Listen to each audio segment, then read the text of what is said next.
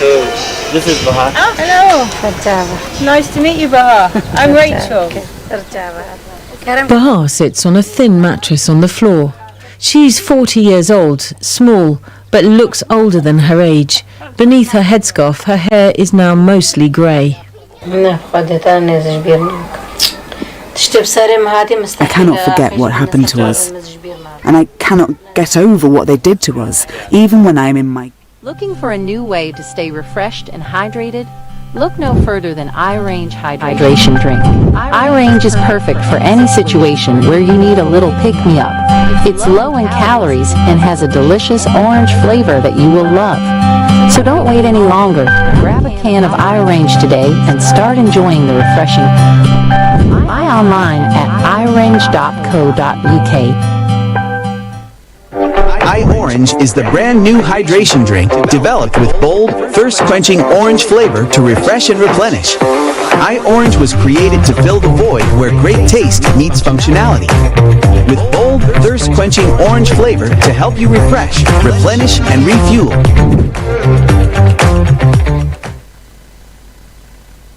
And were sent to work as farmers for IS until one day in 2015. It was summertime. Everyone was working in the fields. Then IS came and said we would be moved. They separated the men. I didn't know it, but it would be the last time I saw my husband and my eldest son. They took the men away. People say they were all murdered and were buried in a mass grave. We still don't know, but none were ever seen again. Bahar was taken to a makeshift prison in a school with her 2 young daughters and her young son. Families were split up. Young women and girls were taken to be raped and traded. Boys groomed to be IS fighters. We stayed in the school. The IS fighters would take delight saying they had killed all the men. They had already taken the older girls. Now they came and started to take the young boys, 6, 7, 8, 9 years old. They were taken from their mothers, and so the mothers were trying to hide the boys behind their backs, but they dragged them away. The women tried to hold on to their children, but they were hit with sticks and other weapons. Many women had deep wounds on their heads. The mothers and their children were screaming and crying as they were dragged away.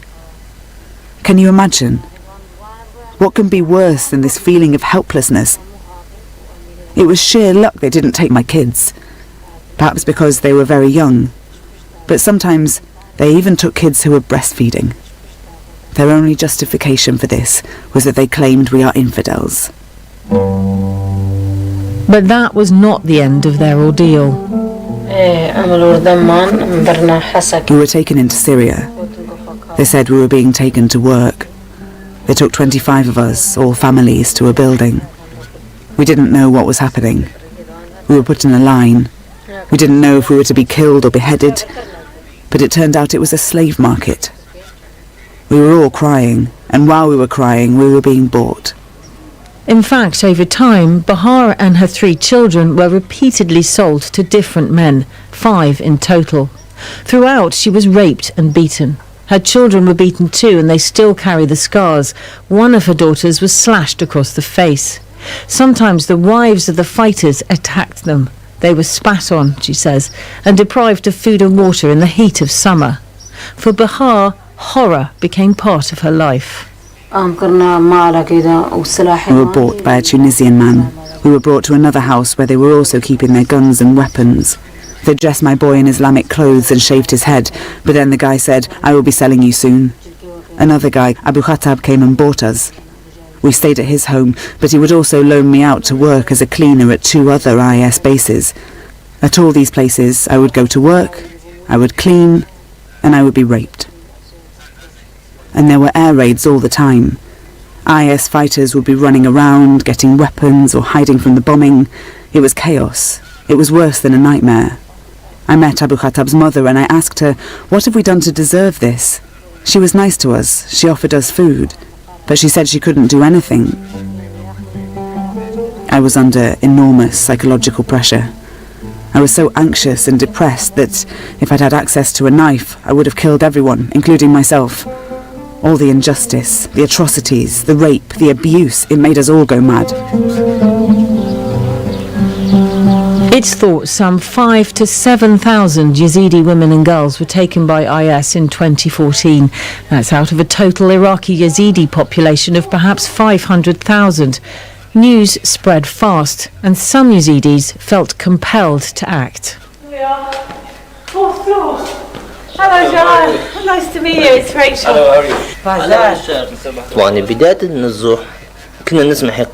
We've all heard stories, but I couldn't believe my eyes when I saw the reality of what was happening. To see this happening in the 21st century, it made me so angry. From an office near the camp, businessman Barzad Faren set up an organisation called Kinyat, which helped coordinate the rescue of dozens of captured Yazidi women and children. As time went by, we learned that Islamic State was human trafficking and trading people online, particularly on Telegram, which IS was using to sell kidnapped Yazidis. There were pictures of women and children for sale for sexual slavery.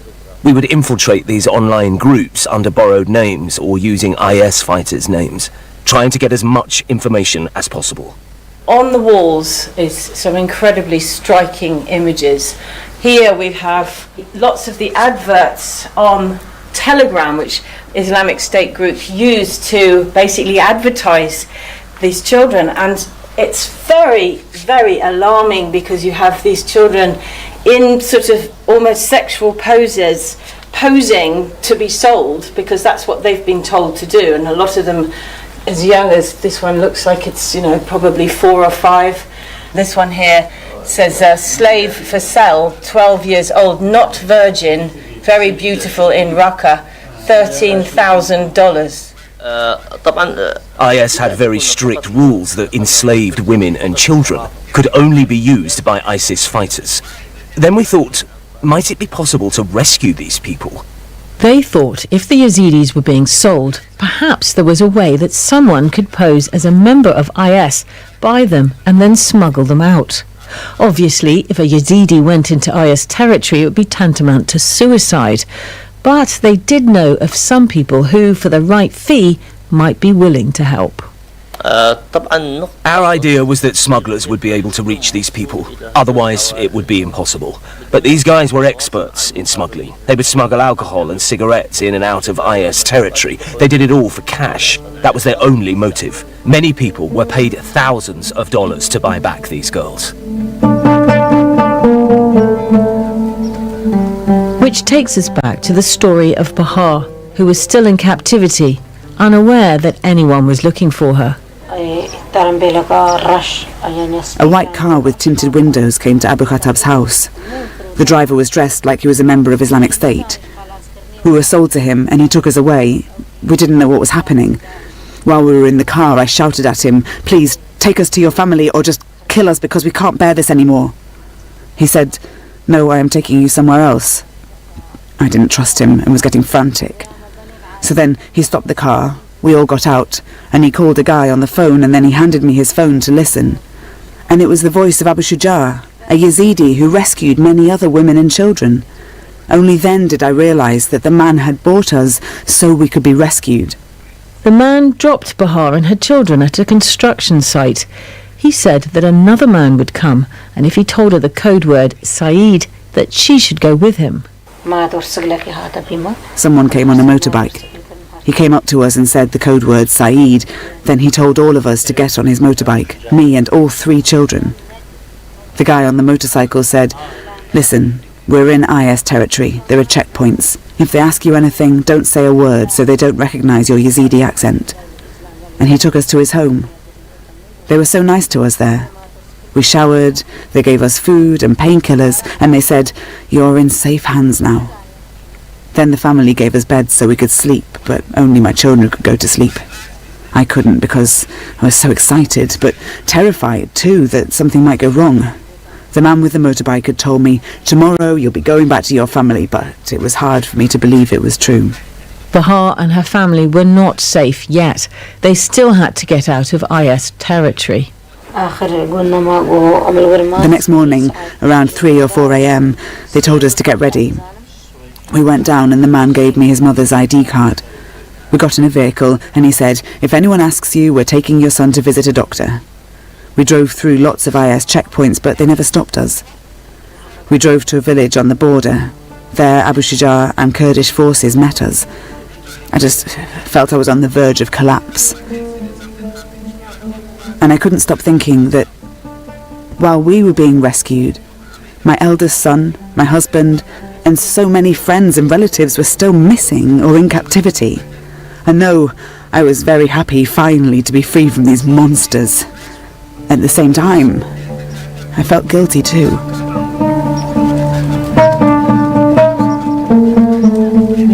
It's estimated it cost around $20,000 to free Bahar.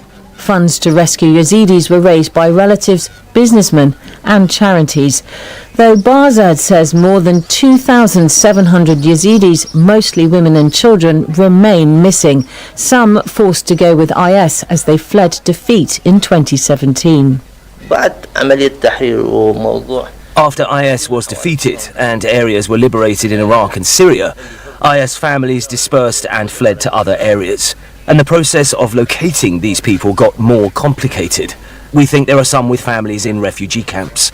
Some families went to other Arabic countries. Some are in Turkey, a big number in Syria, and in the regions where the Free Syrian Army are controlling. We need these groups or the authorities to cooperate. But many were little children at the time of the genocide. So years have gone by and they've totally forgotten their language. And they don't know anything about being Yazidi. They've even forgotten their families. So do you think that the girls and the women that are still missing will ever be rescued, or have you given up hope? No, I have not given up all hope. We're still really trying to find people. We are pursuing 7 cases in different regions. But the funding, the support, has all stopped. We need more international involvement if we are going to succeed. But we're not giving up. I still hope to rescue people and to know the fate of all these missing women, girls and children. We will never stop.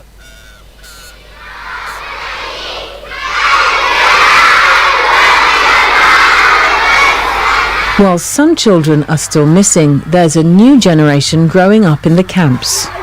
So we've just come into a whole series of prefabricated huts with a metal roof over it, with a couple of hundred children very, very excited because they're all about to receive their certificates from the exams that they've just taken, because it's the final day of the school year. So we've got 10 little girls, probably aged around 6, with their best dresses on.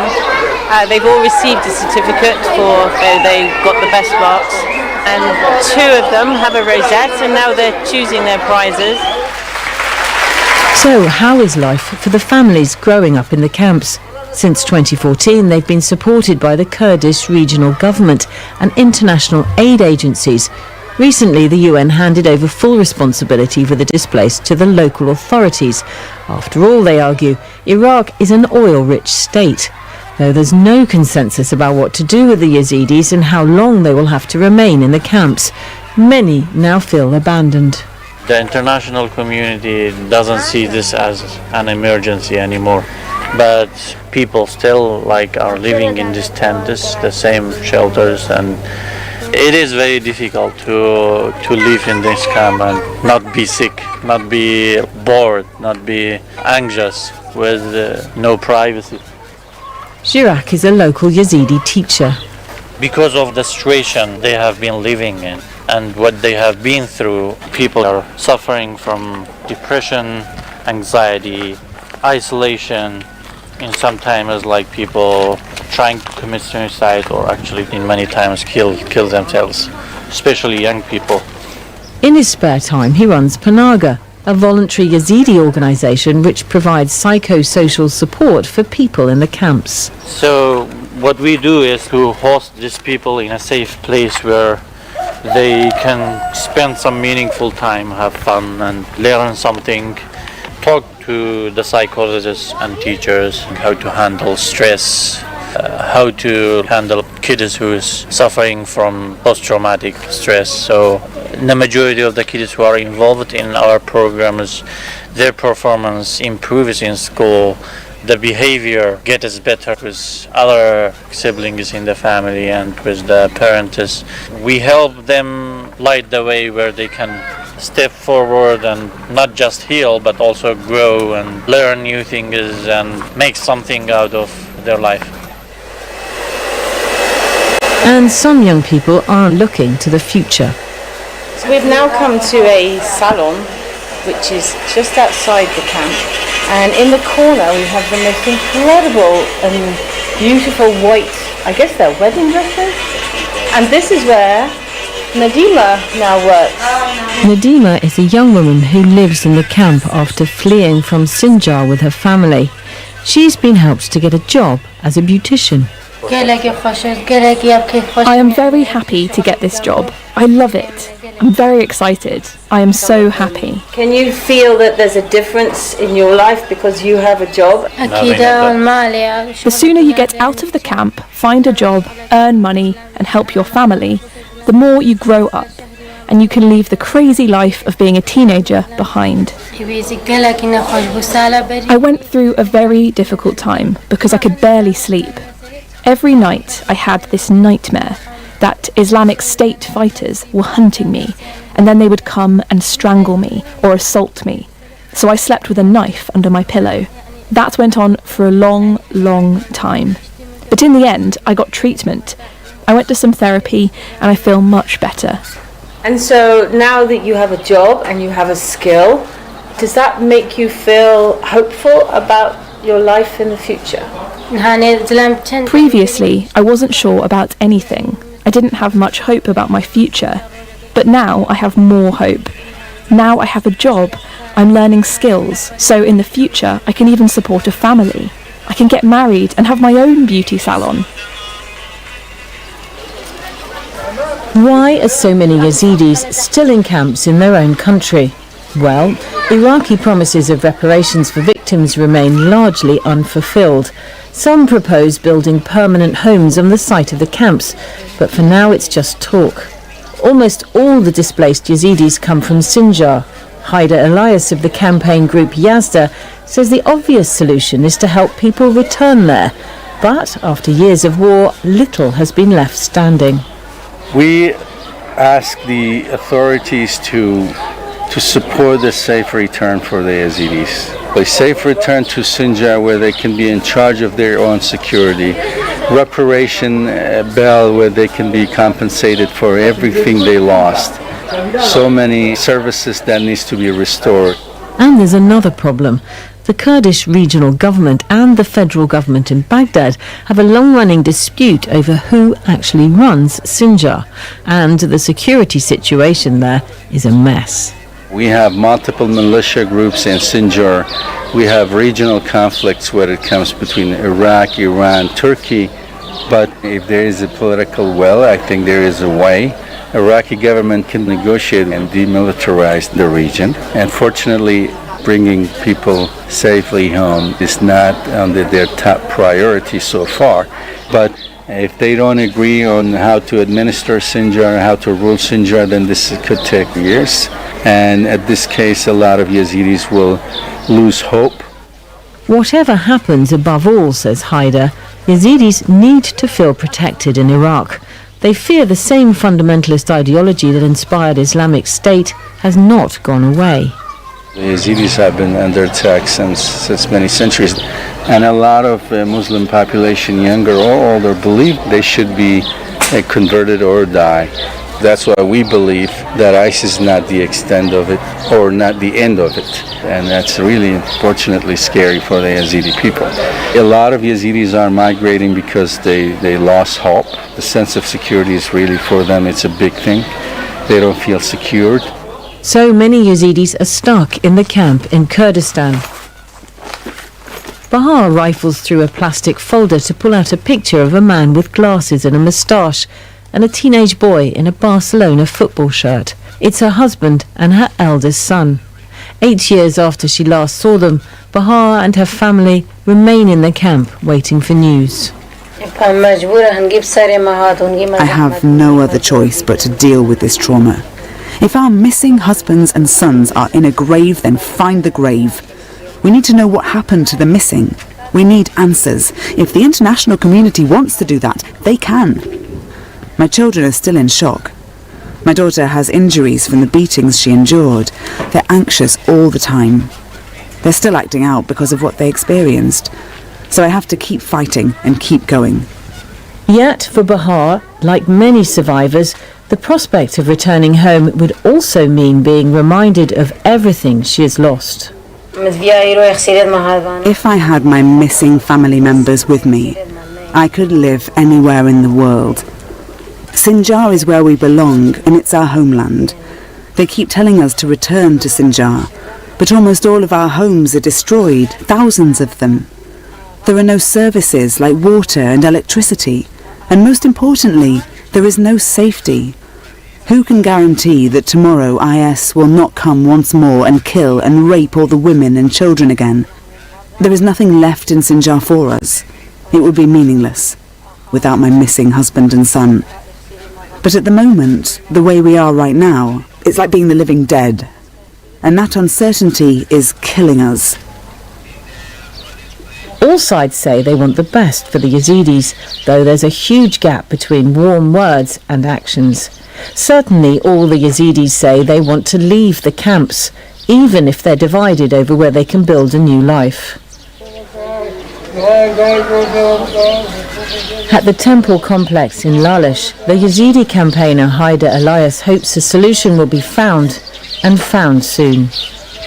Are you hopeful at all, personally? I personally want to stay positive, but if we decide to save the Yazidi human, we will advocate for migration. If we decide to save the Yazidi culture and religion, we will advocate for them to be protected here in Iraq. But it is a tragedy to stand on an ancient location, the most spiritual location of Yazidi religion, and we're thinking that maybe in the future there will be no more Yazidis here to even guard this temple. This edition of Assignment was presented by me, Rachel Wright. The producer was Alex Last. This is the BBC World Service, and Johnny Diamond is bringing us World Questions. In 1994, genocide tore Rwanda apart. After nearly 3 decades of rebuilding, it's now considered an African economic success story. But questions remain over political freedoms and democracy. We'll be discussing the challenges still facing this densely populated, landlocked nation. World Questions, Saturday at 11 GMT. At bbcworldservice.com, it's Tech Life with Shona McCallum. New challenges for Twitter. Will users try a new rival? The money-making scam involving artificial intelligence, bots and bestseller book lists. And the boss of Adobe tells us to be optimistic about advances in tech. This is the BBC World Service, the world's radio station.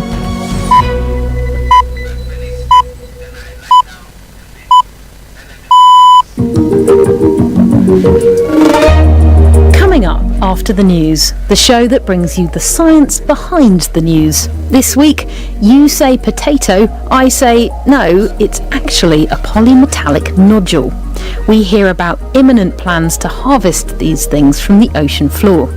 We get into battery chat and how one of the next generations of energy storage will look less like those AA's that go into remotes and more like a river.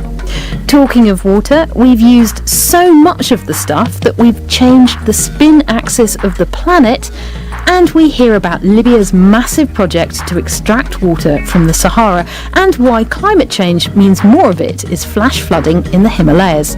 All that plus the music research that could be the coolest science in the world. That's all coming up after this.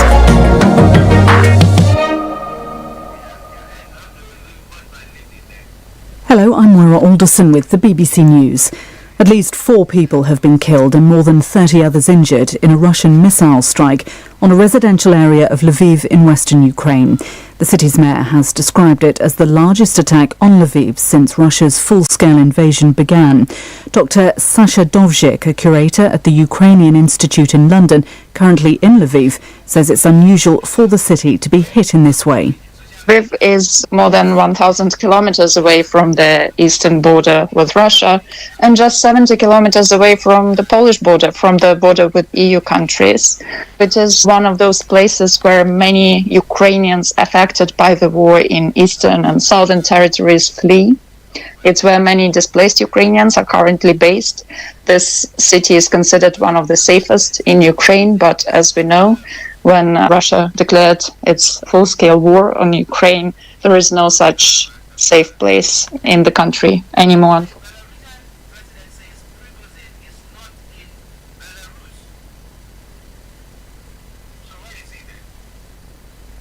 Viktor Prigozhin, he is in St. Petersburg. Where he is this morning, maybe he went to Moscow, maybe somewhere else, but he is not on the territory of Belarus. Well, Security and Defence Editor Deborah Haynes joins us now. Deborah, firstly, is there any reason to doubt what Lukashenko is saying? Do we believe that Prigozhin is indeed in Russia? And what are the implications of that? Is it more likely that he'd be defying Putin, or is there something potentially going on behind the scenes that we don't know about that could mean it's with Putin's blessing? Well, the comments by Lukashenko really confirm Russian state television that had reported sort of spotting Prigozhin in St. Petersburg. If he is actually on his way to Moscow, that doesn't really speak of defiance. It speaks more of unresolved issues surrounding this whole extraordinary affair, which only 2.5 weeks ago saw the Russian president facing the gravest threat to his authority during more than 20 years in power, with Prigozhin leading this armed rebellion, this mutiny on the capital. And it all happened, if you remember, over really a sort of 36-hour period when he went from leading his mercenary forces in Ukraine to leading this charge on the capital of Russia, to then aborting that decision, heading back to his base in a city on the border with Ukraine, and then this extraordinary deal that had been apparently brokered, according to the Kremlin, in part by Alexander Lukashenko, the leader of Belarus, who apparently has close ties. You can see him there talking to President Putin.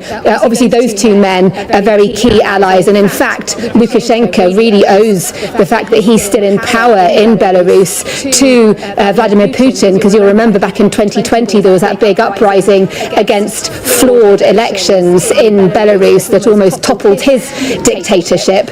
So he really owes a lot to Putin, and clearly is stepping up here in Putin's moment of crisis. But it is very curious, given that everything that the Kremlin said was that the mutiny had been aborted, that Prigozhin was effectively being exiled to Belarus, to now learn that actually he popped into Belarus and then went back to Russia and is now maybe on his way to Moscow, maybe to have more meetings with the president. It really doesn't speak too well of President Putin having a great grip on what's going on. Prigozhin was formerly a very close ally of the Russian president, and actually was able to operate with the relative impunity that he had in terms of the remarks and the criticisms that he often made against the Russian armed forces, almost with the tacit blessing of the Russian president. So I think really this probably points to more wrinkles needing to be ironed out in the deal that saw Prigozhin abort his mutiny. And in Lukashenko, you can see him there pictured. He's giving this this press conference. It's not live, but a press conference to the international media. And in that press conference, he also was asked about the idea of Wagner forces being based in Belarus and the threat potentially that might pose, for example, to next door Ukraine. And he really did try to play that down, saying that wouldn't be a threat. And Deborah, I mean, on that point, do you think that this whole press conference from Lukashenko is in some way self-serving, or is this showing his deep allegiance with Putin? Is this something that Putin would be pleased all these announcements are coming out? I don't think that's mutually exclusive. It's self-serving, and it's showing that it's not too bad for President Putin to have Lukashenko coming out and talking, meeting the press, trying to answer some questions around this extraordinary affair. It is a bit disjointed, isn't it, that we learn from this press conference confirmation that Prigozhin is back in Russia. So it doesn't really sound very joined up. However, I don't think it's really a defiant action. It's more, here is Putin's close ally trying to explain the really kind of illogical and very difficult to understand events that have just unfolded in Russia. Deborah Haynes, thanks so much for that fascinating developments today from Belarus. Well, still to come this hour on Sky News as some of the country's top bank bosses are summoned to meet the regulator over poor savers rates. I'll be asking Sir Philip Auger, the former non-executive director at TSB Bank, for his views on what should be done. We'll also be live at Headingley, where the third Ashes test is due to get underway. The first time England and Australia have met since those heated exchanges, of course, in the long run at Lord's last weekend. A particularly well set up tussle, that one. And our other breaking story this morning, Parliament Standards Watchdog has recommended an 8-week suspension for the former Deputy Conservative Chief Whip Chris Pincher over groping claims. Well, a report released this morning says his behaviour at a private members club in London last summer was completely inappropriate. The MP was suspended from Conservative Party following the allegations last summer. Our political correspondent Tamara Cohen joins us live now from Westminster. Tamara, so he already stepped down as a minister, been suspended from the Conservative Party. So this report is by who, and what exactly are they looking at? Well, this is a report into the conduct of Chris Pincher, who until last summer held a very important job as the party's deputy chief whip. He ended up triggering the downfall of Boris Johnson because of an incident at the Carlton Club in central London last summer, in which he was accused of groping 2 men in front of Conservative MPs and activists. So it's that, and whether Chris Pincher brought the House, actually not the House of Commons, into disrepute, which was what the Independent Standards Commissioner was looking at. And the report, as I'm looking at it now, is pretty damning. It finds that he did bring the House into disrepute. Let me show you a few little bits of this report. The Commissioner starts off by saying that Chris Pincher's conduct towards these 2 men who he didn't know at the club was unwanted, upsetting and deeply inappropriate. They talk about him being intoxicated, witnessed by other people, and they conclude that his behaviour was deeply inappropriate and shameful. Moving on to another bit, they have a testimony from witnesses who were at the club that night saying the deputy was beyond drunk. These were messages exchanged at the time. Someone describes telling him to go home and he refused. Another MP saw him grope a civil servant from the office, and they describe it as very inappropriate sexual contact. Now, the report from the Standards Commissioner gets passed to a committee of MPs who then recommend a sanction, and this is their recommendation. They say they're looking solely at whether Mr. Pincher caused significant damage to the reputation and integrity of the House as a whole, and the perception that MPs can engage in such conduct with impunity, they say, does significantly impact public perceptions. So they recommend an 8-week suspension, and that is very significant because it may trigger a by-election in his constituency. And so just talk us through that again tomorrow. 8 weeks is enough to allow the possibility of his constituents to trigger a by-election. Is that likely now to happen, or could he potentially even just decide to resign? I think by-election is very likely, either because he decides to step down as an MP right now, just triggering it straight away, or because anything over 10 days suspension, of course MPs would have to vote on it, but I imagine that they will do, given how clear these allegations seem to be. Anything over 10 days triggers what's called a recall petition, where voters in the constituency can vote to remove him, and that looks pretty likely in face of these allegations to happen. So this could be a 5th by-election for Rishi Sunak. We've already got one in Boris Johnson's constituency and others in those of his allies, and now we're looking at potentially one here in Tamworth in Staffordshire, where the Conservatives did win quite a big majority back in 2019. been, but it had been held by Labour in the past, and of course, given how much the picture has changed, it's anyone's guess who might win that one.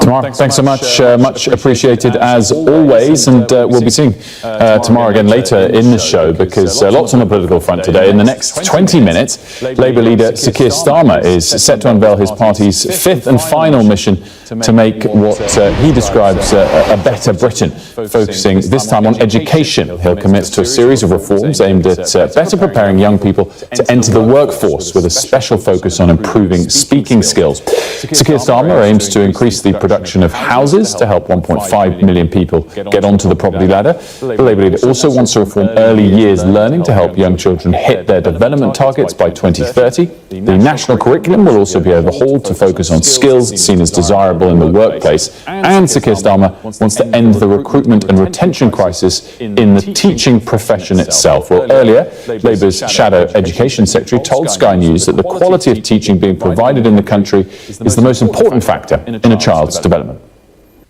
The biggest impact that you can make in terms of outcomes for children is the quality of teaching within a school. That's why I've set out plans for how we retain more teachers in our classrooms, how we have more teachers coming into teaching at a point at which we're facing a really big recruitment and retention challenge. So that's about raising the status of teaching, about all teachers having qualified teacher status, and about additional incentive payments when they've completed their first 2 years in the job.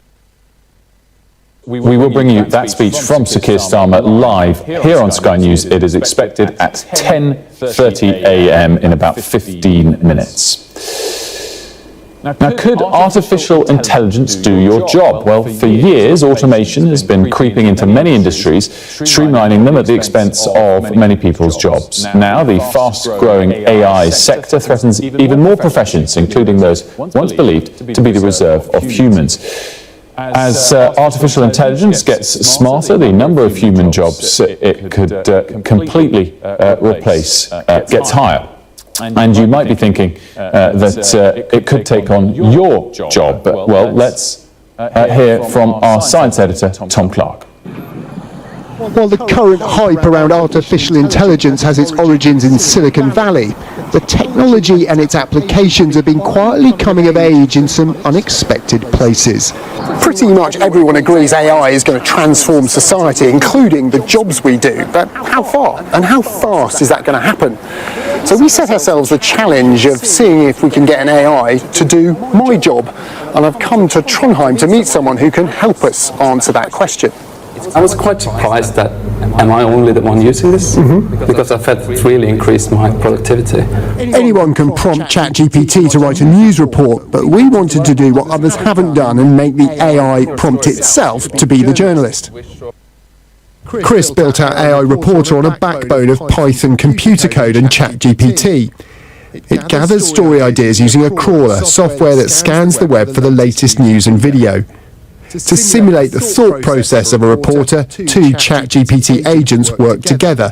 First, an AI reporter pitches what it thinks are the best stories, then an AI editor critiques the reporter's work. It's going to create 8 different IDs, so we can probably see those IDs popping up soon.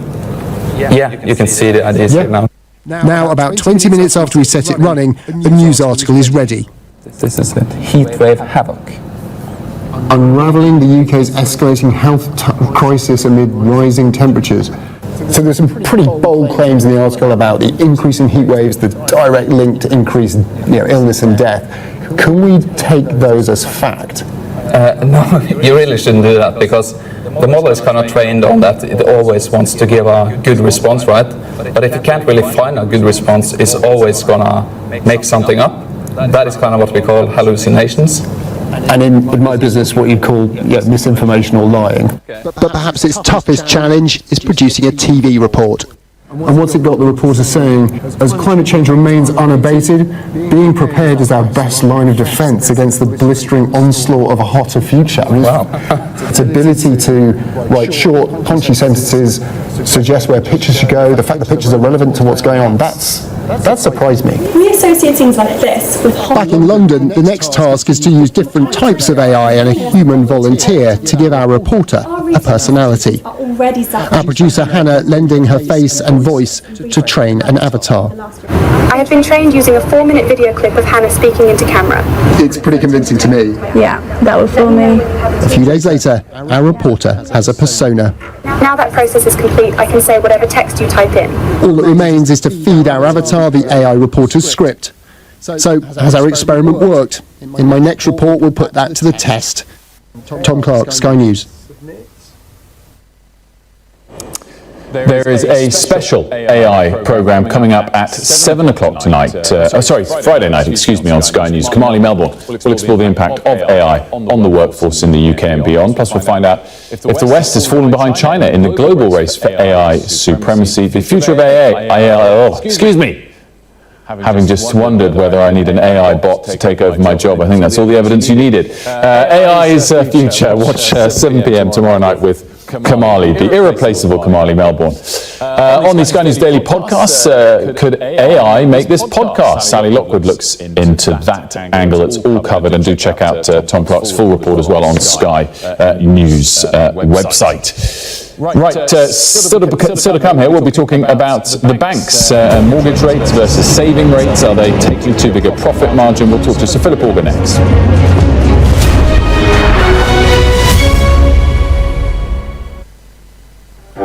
iOrange is the brand new hydration drink developed with bold, thirst-quenching orange flavor to refresh and replenish. iOrange was created to fill the void where great taste meets functionality.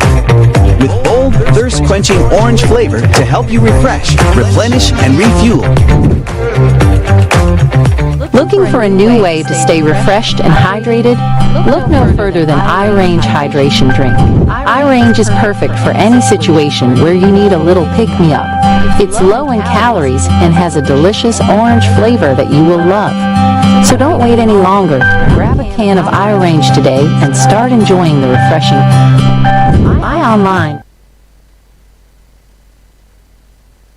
Is closer to a potential crash. So many words, so many meanings. But what do they mean for you and your finances? Stay up to date on Sky News. I'm Martha Kellner and I'm Sky's US correspondent based here in Los Angeles. It's turning everybody into, a crazy, violent drug addict. How are you feeling? I am angry. Are you a hypocrite, sir? Will your candidates win? I hope so. I gotta be realistic. My sister's dead. More than 4 weeks on, there's no murder weapon and no suspect. Mum, how are you feeling today? Jeffrey said, you answer to Ghislaine, you just don't cross her. So excited. Severe nightmares of these people coming in and just taking me in the middle of the night. I've watched as whole towns were torn apart by natural disaster. I'm alive and I'm thankful for that. We take you to the heart of the stories which shape our world. A lot of cases that I know are reported from Ukrainian missiles themselves. Ambassador, with respect, I think that's preposterous.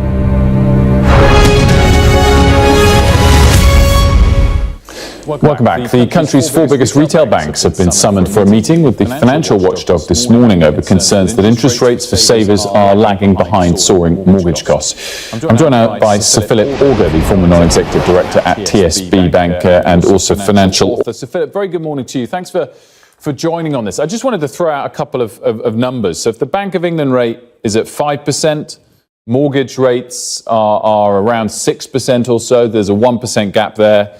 And a typical current account savings rate is about 3%, so a sort of 2% gap on that side. Is that too wide a margin between the two? Are banks being greedy there or not?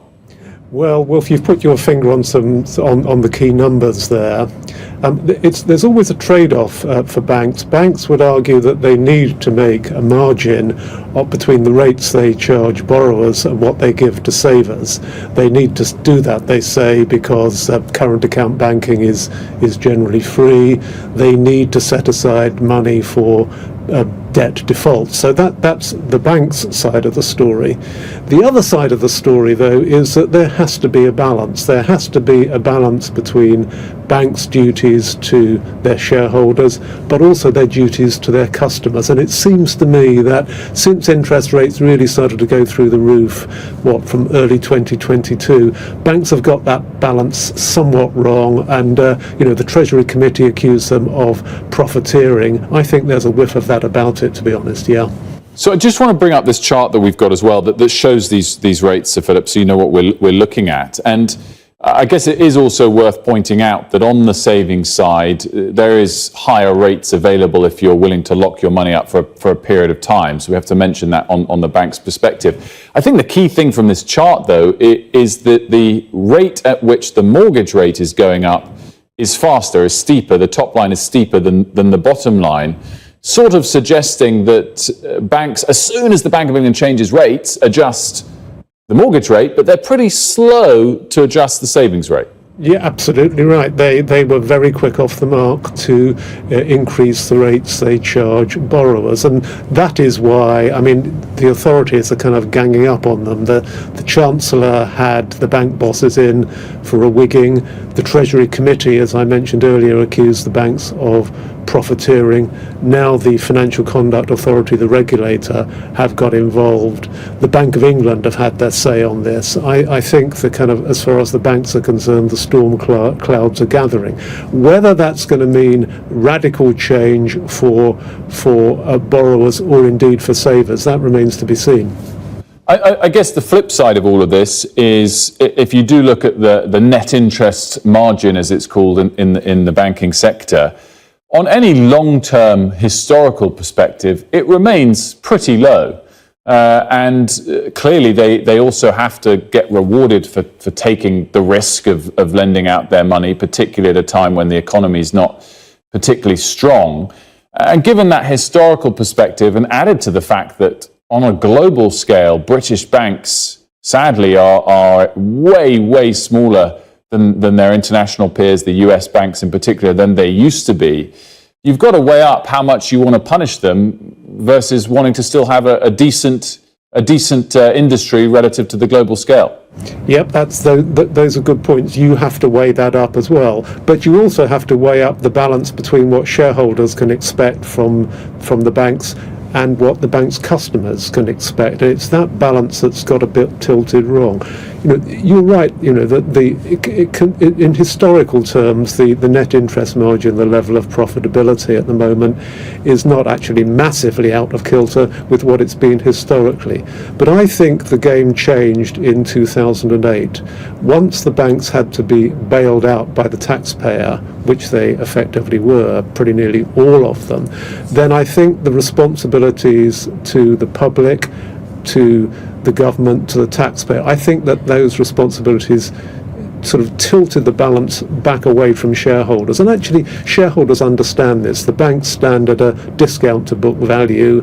I think people generally get what's going on here. And so that's why I think that the banks got it a bit wrong, really, in being too aggressive at repricing their mortgages and other borrowings, and too slow at putting up rates for savers. Not massively, but in general, they just got it wrong. And just finally, Sir Philip, I wanted to get your take on this story around Nigel Farage's bank accounts. And there's a lot that we don't know, of course. So my question in terms of what we do know is about the regulations that do exist for the banks in this broad area known as KYC, Know Your Customer, and checking the compliance, particularly aggressively when it becomes a PEP, a politically exposed person. Are those regulations too strict, such that banks, whether understandably or not, take decisions of this ilk, where they just think, it's better not for us to bother with this customer because it causes more headaches than it does profits, or whatever would be their decision making on that front? I mean, it's another case where everything, as it always is with banks, is nuanced between their responsibility to the shareholders and their responsibilities to the kind of the country at large, and they have to make a fine decision on every occasion. I noticed that the NatWest, who are Nigel Farage's banker, have argued that change was made because he didn't pass their kind of their wealth threshold, if you like. He argues that, but that's been the case for 10 years. Why have you suddenly done this? It's always the case with banking, Wilf. It's a nuanced industry. It's not a normal business, and that's why there's great kind of onus on the boards of directors to kind of get it right. And in the sense of, of the mortgage rates, I think they got it slightly wrong this time round. So, Philip, thanks so much. Very much appreciated. Now, the third men's Ashes test begins today, and it's an important one. England need to win it to have any chance of winning back the urn, with Australia leading, of course, 2-0 in a 5-part series. Our sports correspondent Rob Harris joins me now from Headingley. Rob, it's always exciting, the Ashes, particularly when it's such a crunch match, as highlighted in that intro, but there's an added political, heated competitiveness to this particular one. Yeah, it's been so feisty, hasn't it, this build-up, and it's only been a very quick turnaround, 3 days since that really contentious Lord's test when Johnny Bairstow was stumped so controversially, and the debate really did enter political circles. Rishi Sunak believing Australia were acting against the spirit of the game, believing that Bairstow the ball was dead when he left his crease. Anthony Albanese, the Australian Prime Minister, backing the tactics of his side. Of course, Australia went on to win the second test. They're now 2-0 up in the series, which means there's so much on the line now here at Headingley, and there'll be so much debate still over the ins and outs, whether it was right or not for Australia to use that moment to gain an advantage. And of course, the MCC members at Lords were irate. It led to some of them being suspended for the reaction to the Australians as they came through the long room. So it really has given an extra little spice coming into this third test, and what a crucial third test it is, because if England do lose this test, well, they've lost a series at home to Australia for the first time since 2001. And really, though, if they're going to try to turn it around anywhere, it is here at Headingley with the really raucous crowd, Johnny Bairstow's home crowd. And it will be a real test of baseball. Brendan McCullum, can he actually produce the tactics that have exhilarated so many, but actually had the big decisions been wrong at the big moments? We arrived into the ground actually at the same time as the England coach. We had our pass, he didn't, and actually security were almost challenging, should he be entering? He had to prove who he was, and certainly by the end of the day, hoping that everyone is fully aware actually of who he is, and he's managed to help start to turn around this series as England need to produce a result. 3 changes to the side. Can those changes make a difference, with particularly Moeen Ali, the spinner, returning? Rob Harris, great stuff. It looks like you have an excellent vantage point. Enjoy, and more importantly, bring it home for us. Now, as we heard a little earlier in the programme, the Labour leader Sir Keir Starmer is set to unveil his plans to transform the country's education system in the next few minutes. Let's bring in Tamara again, because we'll get a little bit of a preview, a taste tomorrow. Just remind us, because before we get into what we might hear specifically in this speech, this is what part of his overall strategy to try and win the election? Well, Keir Starmer unveiled 5 missions at the start of the year, rather like Rishi Sunak did, and one of them was about breaking down barriers to opportunity. And we've been hearing a bit more about his missions, and today we will hear about education. Now, he's written articles in 2 newspapers today detailing his plans, and he's going to be speaking at Mid-Kent College in the next few moments. But essentially, he's saying he wants to break down the class ceiling. He will say people from working class backgrounds often feel that the system is rigged against them, and that is what he wants to tackle if he becomes Prime Minister. He says he wants to take on the snobs and the naysayers, he says, in order to make sure that people from all backgrounds backgrounds have the tools to achieve success. Now, in terms of concrete policies in there's a lot of the bigger vision about everyone having the same opportunity. What are the concrete policies? We know he wants to focus on speaking skills and making sure that throughout the curriculum, children are not just focusing on reading and writing, but also on expressing themselves, because he says that is what the modern workplace demands, especially in the age of AI and so on. He says that is what people need to do in order to compete. We also know he's going to talk about people reaching their early years milestones, and Labour have talked about expanding childcare. But as to how he's going to recruit and retain teachers, obviously a big issue at the moment with strikes, he hasn't made many commitments on that front yet, so I expect in the questions he takes afterwards there may be some on that, whether he would pay teachers more, how he would attract more teachers to the profession, and how they might regard a shake-up to the curriculum. But Keir Starmer is going to say that this is personal for him. He is the son of a nurse and a tool maker. He was a success, and he wants to make sure that it is not only the privileged in society who have those opportunities. He wants to make sure under a Labour government that they will be extended to all. And tomorrow, we should mention again, he's expected any moment. Of course, we'll bring it live when he joins Bridget Phillips in the Shadow Education Secretary, about to introduce him. This aspect, which is so critical and sounds so key and interesting, to not just focus on, say, the paper qualifications, but to make sure from a young age people are able to master, as he says, the oracy, the ability to speak well and express yourself. On one level, it sounds very obvious. On another level, we don't actually talk about it often. And if he can capture that as his idea politically, it might really deliver for him, not just for, more importantly, the children of this country. Yes, he's talked a lot about the modern workplace and how to equip young people for it. And I think we'll be watching out for what the reaction is from teachers and teaching unions, especially at the moment, because he says he wants to look again at the curriculum and how this could be incorporated into the curriculum. And there will be schools who say we do that already. There will be schools who say we have such an issue with dealing with literacy and numeracy already that perhaps it's more difficult to focus on those ideas than it will be for schools which don't have such deep-rooted issues. So I think you're going to see reaction from teaching unions, perhaps reflecting the realities on the ground, and it'll be interesting to see how positive that reaction is. But I think the immediate questions of retaining teachers, especially in more difficult subjects, is going to be one that's thrown at him. And of course, the wider issues of how he invests in schools. Interesting reading his articles in the newspapers today. They are full of the idea that Labour accepts economic reality, isn't going to be making big spending commitments. So if he wants to shake up education, how much money is going into that and where it's going to come from are also questions that a Labour government would have to answer. Tomorrow, that's good timing because I believe we're about to hear from the Labour leader, Sir Keir Starmer. Bridget Phillips, I'm handing over to him any minute now. Let's listen in.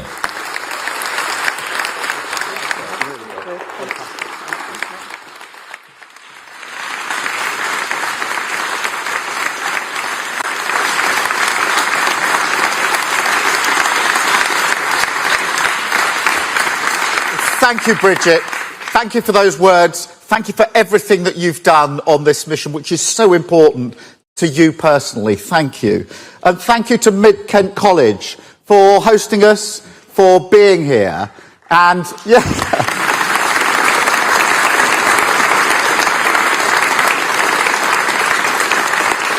Do you know, it's fantastic to be able to launch a mission which so many of you have devoted your lives to. So thank you very much for that.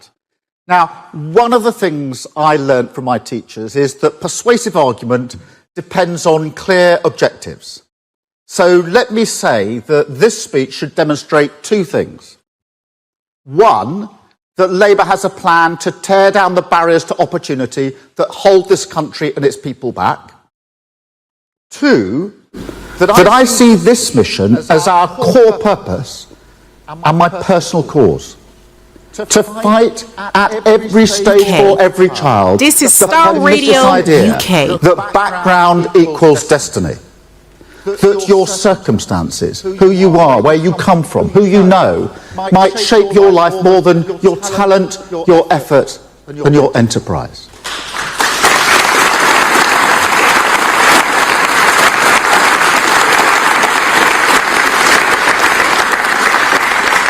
No, breaking that link, that's what Labour is for. I've always felt that, and it runs very deep for me. I grew up in a small town in southern England.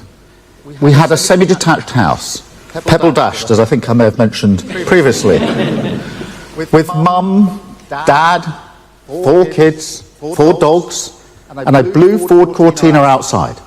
This was the 1970s. And I'm not pleading poverty, not at all. But that's just how life was. But I do look back now and think I've been on a journey. To go from an ordinary working class background to leading the Crown Prosecution Service and now the Labour Party, I feel both privileged and proud. But over the last year or so, I've been thinking more and more about it. Because there's more than a touch of the 1970s about our economic situation right now. Like then, we face a cost of living crisis that gnaws away at our ability to move forward. So every day I'm fighting a battle in my mind. Am I doing alright? Achieve their aspirations. And I don't think I'm being too sentimental to say getting onto the property ladder has never been easy until now. Join us this and every Thursday from 7 p.m. to 8:30 p.m. live on the Property Hour show on Starr Radio UK, where we talk to mortgage brokers, property developers, estate agents, landlord, tenant, property consultants on how to invest or get into the property business and make money. You can't afford to miss this. The Property Hour show is your best source into the property industry. Hi guys, this is your friend Uruj from SendWave. SendWave is a money transfer app that is used by people all over the world to send money to their loved ones in Africa. With SendWave, you can send money to Ghana, Nigeria, Kenya, Uganda, and Tanzania. And the best part is, SendWave is absolutely commission-free. Our exchange rates are excellent. You can see for yourself by checking them out on our website. So how do you use SendWave? SendWave is an app that you can download onto your phone from the App Store or Google Play Store. The app is free to download. After downloading it, just open the app and enter your name, email, and phone number. That's it. You're good to go. Make sure you use the promo code SR. S for Star, R for Radio. This promo code will give you £5 free credit to send to Africa on your first transaction. Your money will be delivered to your recipient within seconds.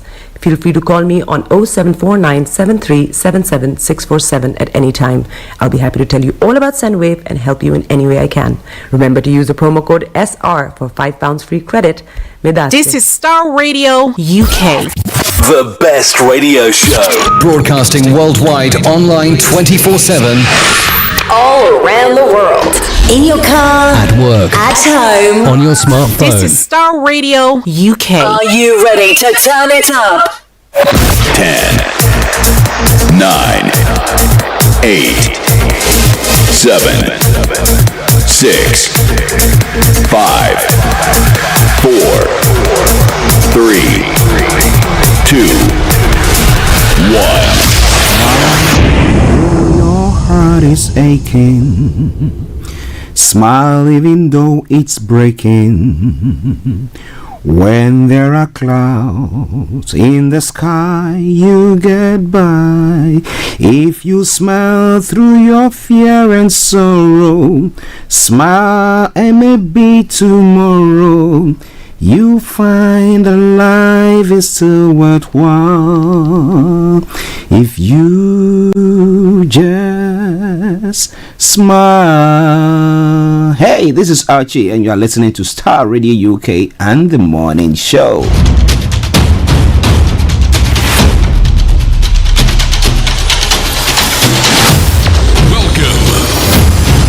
This is Starr Radio. This is UK. Starr Radio UK. This is Starr Radio UK. Welcome.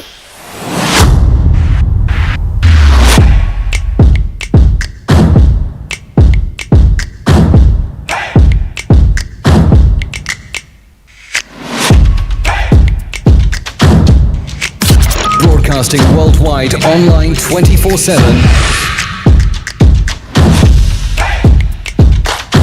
Enlighten your day with Starr Radio.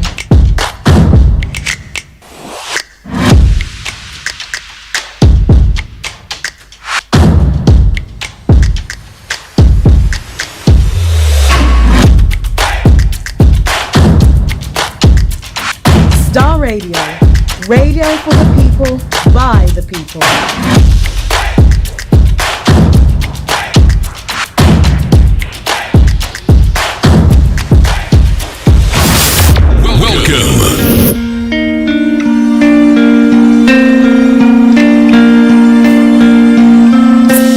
Love for you runs deep. All of you makes my heart beat.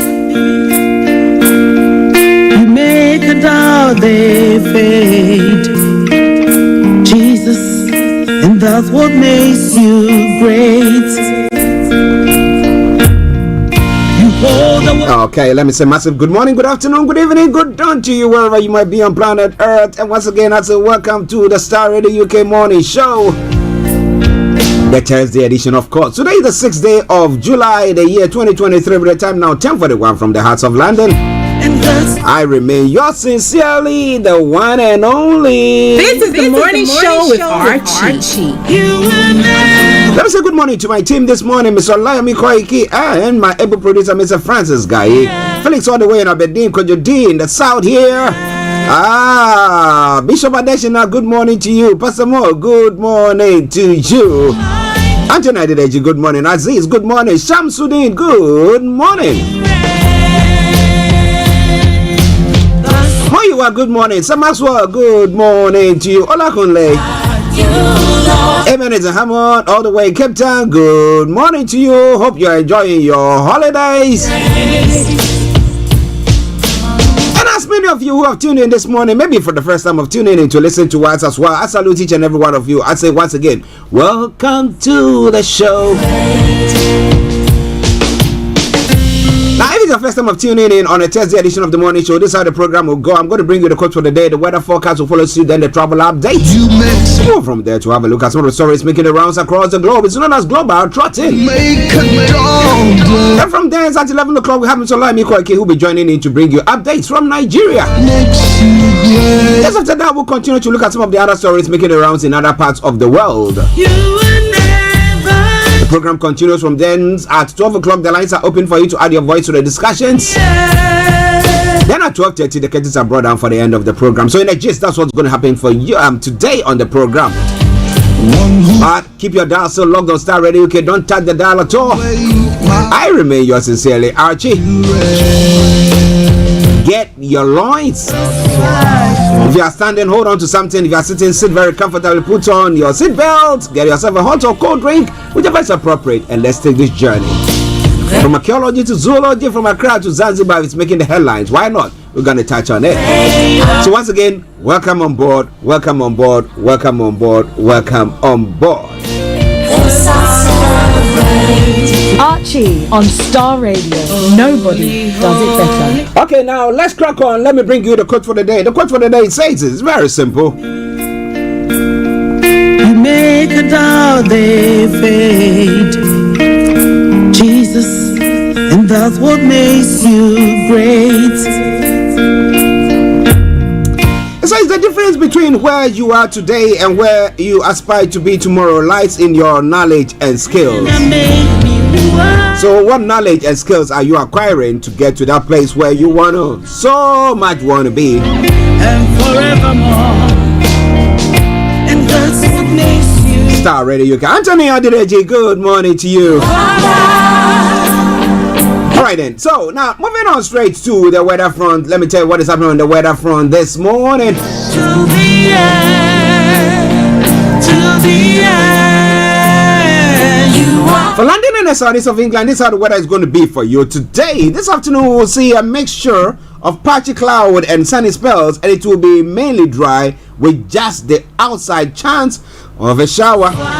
However, any showers will be clearing by evening. Now, this evening will be dry with long spells of late sunshine, staying dry overnight. with any odd patches of cloud clearing to leave extensively clear skies. So the temperature is going to be 22 degrees, the lower is going to be 11 degrees. Pollen level is going to be high, UV level moderate, pollution low. Sunset is going to be at 21:19 and sunrise for tomorrow morning is going to be at 04:51 hours. And that brings us to the end of the weather forecast for you today. It is Star Radio UK, your favorite African and Caribbean radio station in London. Bringing the time now to 10:45 from the hearts of London. Star. Okay, let's take a quick break and I'll bring you the travel updates wherever you might be. Just stay tuned, don't touch the dial. Star Radio UK, your favorite African and Caribbean radio station in London. irange.co.uk. Looking for a new way to stay refreshed and hydrated? Look no further than iRange Hydration Drink. iRange is perfect for any situation where you need a little pick-me-up. It's low in calories and has a delicious orange flavor that you will love. So don't wait any longer. Grab a can of iRange today and start enjoying the refreshing. Buy online at irange.co.uk.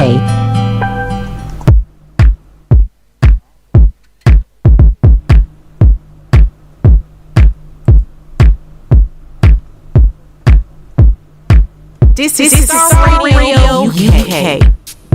Okay, so hear that tune. There you know that it is time for the travel updates.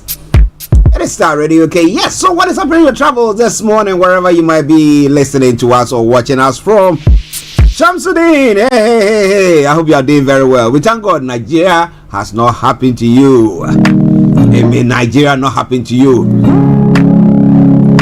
Alright then, so now let's move on swiftly. Let's look at the travel update as well. So on the underground this morning, apart from the Piccadilly line that's got severe delays between Acton Town and Heathrow Airport due to a customer incident at Osterley.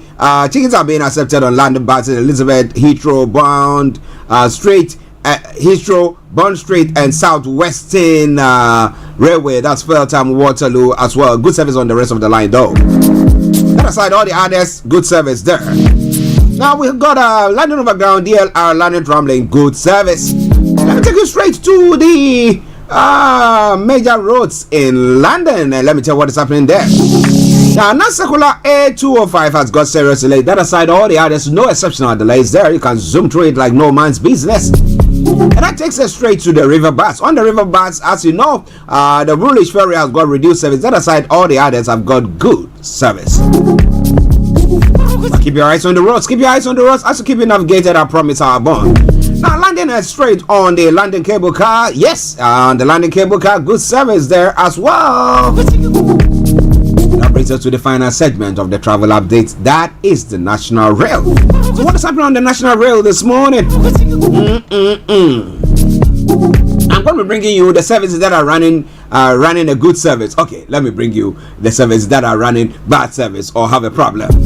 Now, C2C and Greater Anglia, Northern Rail, Scott Rail, and Southeastern have all got minor delays. But that aside, Chiltern Railways, First Transpennan Express, Gatwick Express, Great Northern, Great Western Railway, Island Line, Southwestern Railway, and Southern Rails, and then Thameslink have all got special service. And that's where I would say it once again, as I would normally do. Good morning, good afternoon, good evening, good dawn to you, wherever you might be on planet Earth. Enjoy your commute for today. But you know what? You can do that for me. Continue to keep those eyes on the road.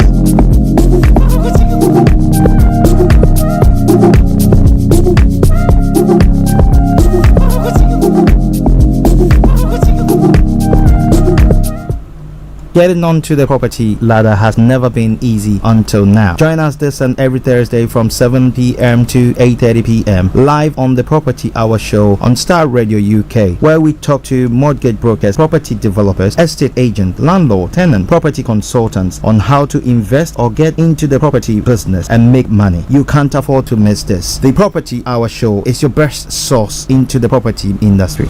Welcome back to the program. It is Starr Radio UK, your favorite African and Caribbean radio station in London, bringing the time now exactly at 10 minutes to the top of the hour, and it's now time for Global Trotting. Don't you worry, those of you who missed out on the Niger Voices yesterday, Mr. Olayomi Koiki will be bringing you more on that front. But for now, let's touch on some of the stories making the rounds in Niger. Okay, and then we will continue. Now, APP Nigerian students used to create fake JAMB results exposed. The app that Nigerian students used to create fake JAMB results have been exposed. Well, yesterday, a few of the comments that was coming through was saying that, well, the JAMB bot should be ashamed of himself, because for them to come knowing all those things and still allowing that to go on and coming on to come and say that, well, the student has faked their results. How many people have done so, and where are they at the moment? Any equity government bans 3-day marathon kissing event. Well, 3-day marathon kissing event. That's quite an interesting one. We'll be looking at that as well. Who knows? Maybe people will fall in luck there, and then maybe fall into a relationship. What about that? Okay, so no more Nigeria News Direct publisher Samuel Ibiyemi. Okay, and FCC PC against planned POS operators service charge increase. And Telecoms Invest in Nigeria hits $75.6 billion. And Loma set to seal homes without waste bins. How are they going to do that? And the resident doctors issue fresh notice to the federal government. Yesterday or the day before, the federal government was saying that, or the president was saying that, you know what, we're going to come out with some venture or some policy that's going to lure people, I mean, even those outside, to come home and come and work there. I was like, really? Even those home, you've not been able to cater for them. Now, talk less those who are outside, who are seeing whatever they are doing, though it's difficult, yet they are able to make some money and save some money and come and, I mean, send money down, be putting up buildings and stuff like that there. Attack on Ogun RCCG Church, assault on religious freedom in Nigeria. That's what the Confederation of Churches of Nigeria is saying. There, I'll be telling you more about that. We'll break bottlenecks hindering completion of Africa's gas project. That's what Tinubu is saying as well. Now, widow allegedly beaten by 3 youth in Ebonyi. Why? And then some other stories as well. Tensions as Amotekun immigration operatives exchange gunfire in Osun State. We'll be talking more about all that. Now, Amotekun, their modus operate, okay, mode of operation, okay. Now, what has happened to it? Are they allowed to carry arms, and why are they clashing with the, what do you call them, immigration or the customs officers there? We'll be looking into all that in a moment. So wherever you are, don't you go away. It is all coming away from Starr Radio UK. It is your favorite African and Caribbean radio station in London. Ganduje dollar bribery video not doctored. Forensic analysis is saying. So we'll see. So Ganduje, all right then. Now moving on to other parts of Africa as well. Meta officially launches Threads, the new social network competing with Twitter. Have you registered? And Tunisian target African migrants, dozens expelled. That's where witnesses are saying. And this gas leak in South Africa has killed 16 people, including 3 children. Those are some of the stories. New malaria vaccine cuts mortality rate, according to World Health Organization. According to the World Organization, the new malaria vaccine is safe and effective and cuts mortality rate. By what percentage? We will tell you more about that. And Kenya postpones reopening of border with Somalia. Why? In South Africa, South Africa's court dismisses Zuma's case. We'll be telling you more about all that in a moment. Now, moving on straight to some other stories making the rounds in Ghana as well. It's a case of who the cat fits. I never said Osla is an LGBTQ practitioner. Mutala Muhammad. Yeah. Okay. Accusation and counter accusation there. I'll be telling you more about that. And media should be able to call out vote bias, NDC youth organizer is saying there. And 5.3 billion Ghana cedis invested in free SHS by end of 2021, not 7.62 billion, minister clarifies. Okay, well, that's what they are saying. Let's see what is going to happen on that front. And it's all coming your way from Starr Radio UK, your favorite African and Caribbean radio station in London. All right.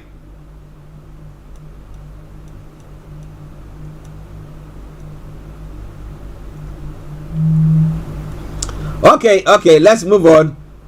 Let's move on to some other stories making the rounds in other parts of the world. Well, we started the program when some information coming through that was saying that Wagner boss Prigozhin is in Russia. Belarus ruler says Alexander Lukashenko says Prigozhin, who led a short-lived mutiny in Russia, is in St. Petersburg. Now, what is he doing there?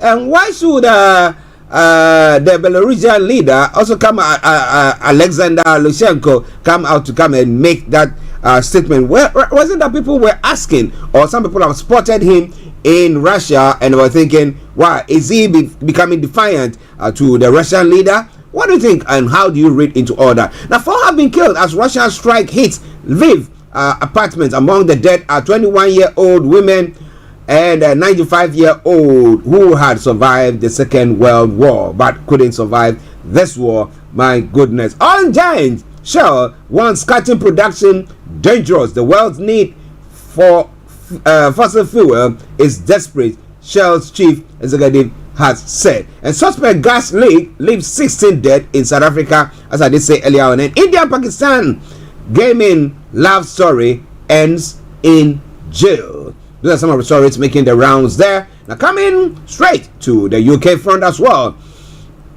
Groping MP Chris Pincher should be suspended for 8 weeks. And someone saying that will, actually call for a by-election. Okay? So is that going to be or it's not going to be? Now speaking skills, key to breaking class barriers, Starmer is saying the Labour leader wants a class ceiling, is holding children back but won't commit to free school meals for all. Now, free school meals should be means tested. There are some families who can afford it. Why do you give them free school meals? But there are some families that are impoverished, such that they need that help. Let that be given to them. What about that? Now, charity stress Captain Tom's money not being probed. NHS charities together says 38 million raised by Captain Tom Moore is not under any investigation. Yesterday there were stories coming from there. And the breaking news coming through as well. Several injured after car crashes into primary school. Police say they were called to a report. A car crashed into a primary school building in Wimbledon. Was it deliberate? Or what is it? And cannabis worth 130 million seized in record crackdown. More than 1,000 have been arrested, are made during the UK's most significant ever crackdown on organized crime. This and a lot more going to be coming your way from Starr Radio UK. It is your favorite African and Caribbean radio station in London. Well. Ill health. Akera Dolo to return home soon, says Commissioner. And then Buhari failed woefully fighting corruption. Tinubu will be worse. Some alleged corrupt politicians, business people hiding ill-gotten wealth in France. Real Estate Transparency International is saying. And Tinubu not indicted over fortified or forfeited $460,000.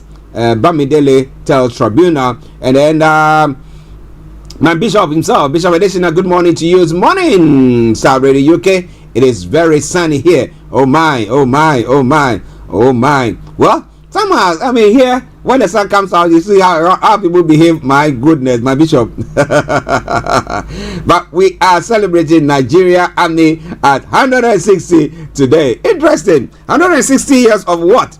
The fact that people are losing their lives, and then, but we say the new military chiefs that have been appointed might bring about new, era. Well, we're going to be seeing some impact, as was discussed on the Niger Voices. But don't you worry at all. Let's take a music break, and Yomi is going to be joining us. He's going to give you a sneak view of what was discussed yesterday, and then we'll move on from there.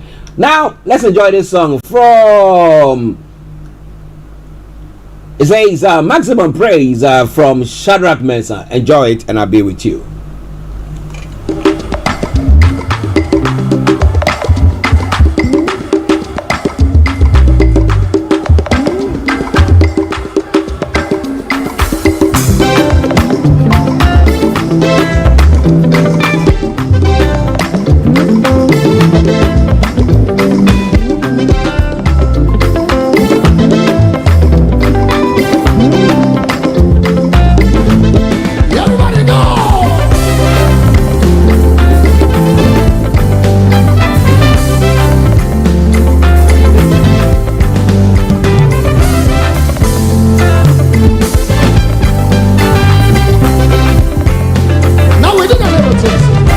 We say, hey, thine is the kingdom and power, the glory forever and ever.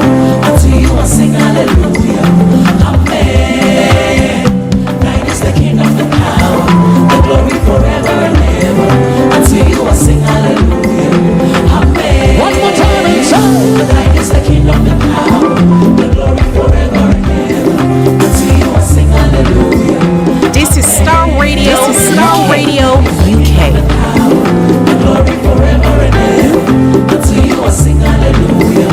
Amen. Glory be to the Lord in the highest. Come on, everybody. One more time, say.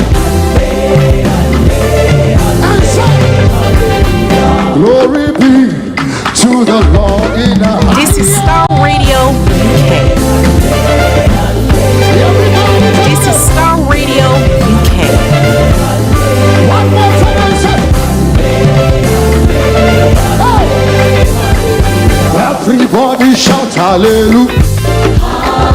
Hallelujah. Everybody say hallelujah. Shout hallelujah. Hallelujah. Sing hallelujah.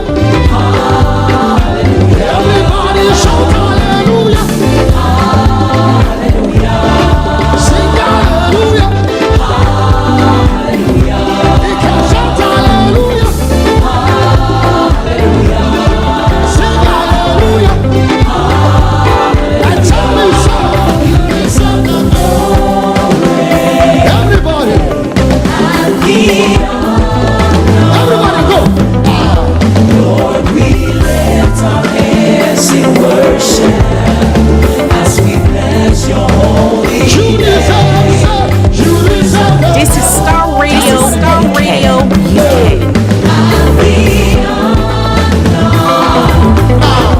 Lord, we lift our hands in worship. Are you ready to know? As we bless your holy name. You are great. This is Starr Radio. Starr Radio UK. There's no one else like you. Nobody. There is no one else like you. You are great. You're the miracle so great. There is no one else like you. There is no one. There is no one else like You are listening to Starr Radio. Starr Radio. Radio for the people. By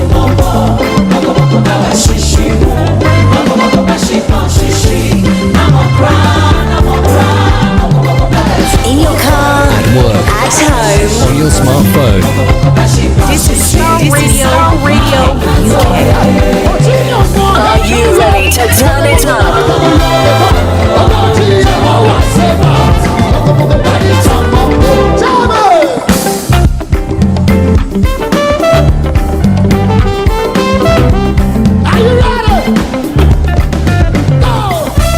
Well, Shadrach Yorsin, Shadrach Mensah. No, I know Shadrach Yorsin back in Ghana, but it's Shadrach Mensah doing his own thing. Singing praise to the Almighty God for another opportunity. But wherever you are, it is Starr Radio UK, your favorite African and Caribbean radio station in London. Of course, if Nigeria didn't happen to you overnight and you are still alive, well and kicking, why wouldn't you give thanks to the Almighty God? My, oh my, oh my. Are you tuning into the best radio station in the whole wide world? And on the best program, of course, with the best people, of course. Starr Radio UK. And I'm glad that I have got the best people on earth listening to us as well. What about that? It's not gone well. 6 minutes past 11. So we're going to be going to our North London studios, where we got our own, the White Lion himself, ready to fire on all cylinders this morning. But don't you worry, we'll bring you lots of music during the course of the program. But for now, let me say good morning to you, Yummy. Good morning to you, Mr. Archie. Good morning to all our listeners and viewers from around the world, and welcome once again to the Starr Radio UK network. It is the Thursday edition, and it is a very beautiful day as usual. I've been listening to you quietly behind the scene. Good morning to you, Frank, all the way in Ghana, and all the other presenters on the cross. But tonight is all about the property hour. But in the next few minutes and hour, we'll be discussing everything update from Nigeria. I'll come back again to you in the studio, Mr. Archie. Yes, how are you doing and how is the family? Well, the family are doing very well. We're always grateful. That is the most important thing. When the family are okay, then it also gives us the joy to be here as well. I hope the other families are doing very well as well across board, especially when it comes to Nigeria, because so many families are always asking whether there is a cost on them. It is not a cost. It is just that things has to be put in place to make sure that they have a better standard of living. Well, are we going to get that? Bishop Adesina, good morning once again. It's a beautiful song all over there. Yes. I hope that you enjoyed it as well. We try to bring sample some songs and then bring it, Well. But wherever you are, listeners, it is Starr Radio, okay? Before we go to the picture behind Miss Olayomi Koiki, it takes us straight to the discussions that were held yesterday, that the new security chiefs that have been appointed, are they able to restore what security back to Nigeria? Yomi, how were the discussions yesterday, and what were some of the points that people also put across pertaining to this topic that were discussed on Niger Voices?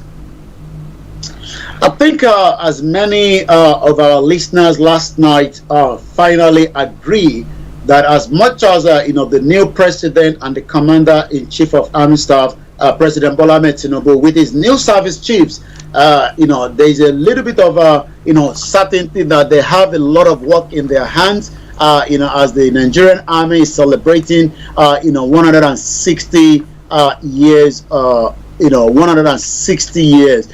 There's quite of these notion that just maybe the Nigerian Army will be able to curtail the insecurity. Remember that Buhari came on board, with the mantle that there will be security in Nigeria.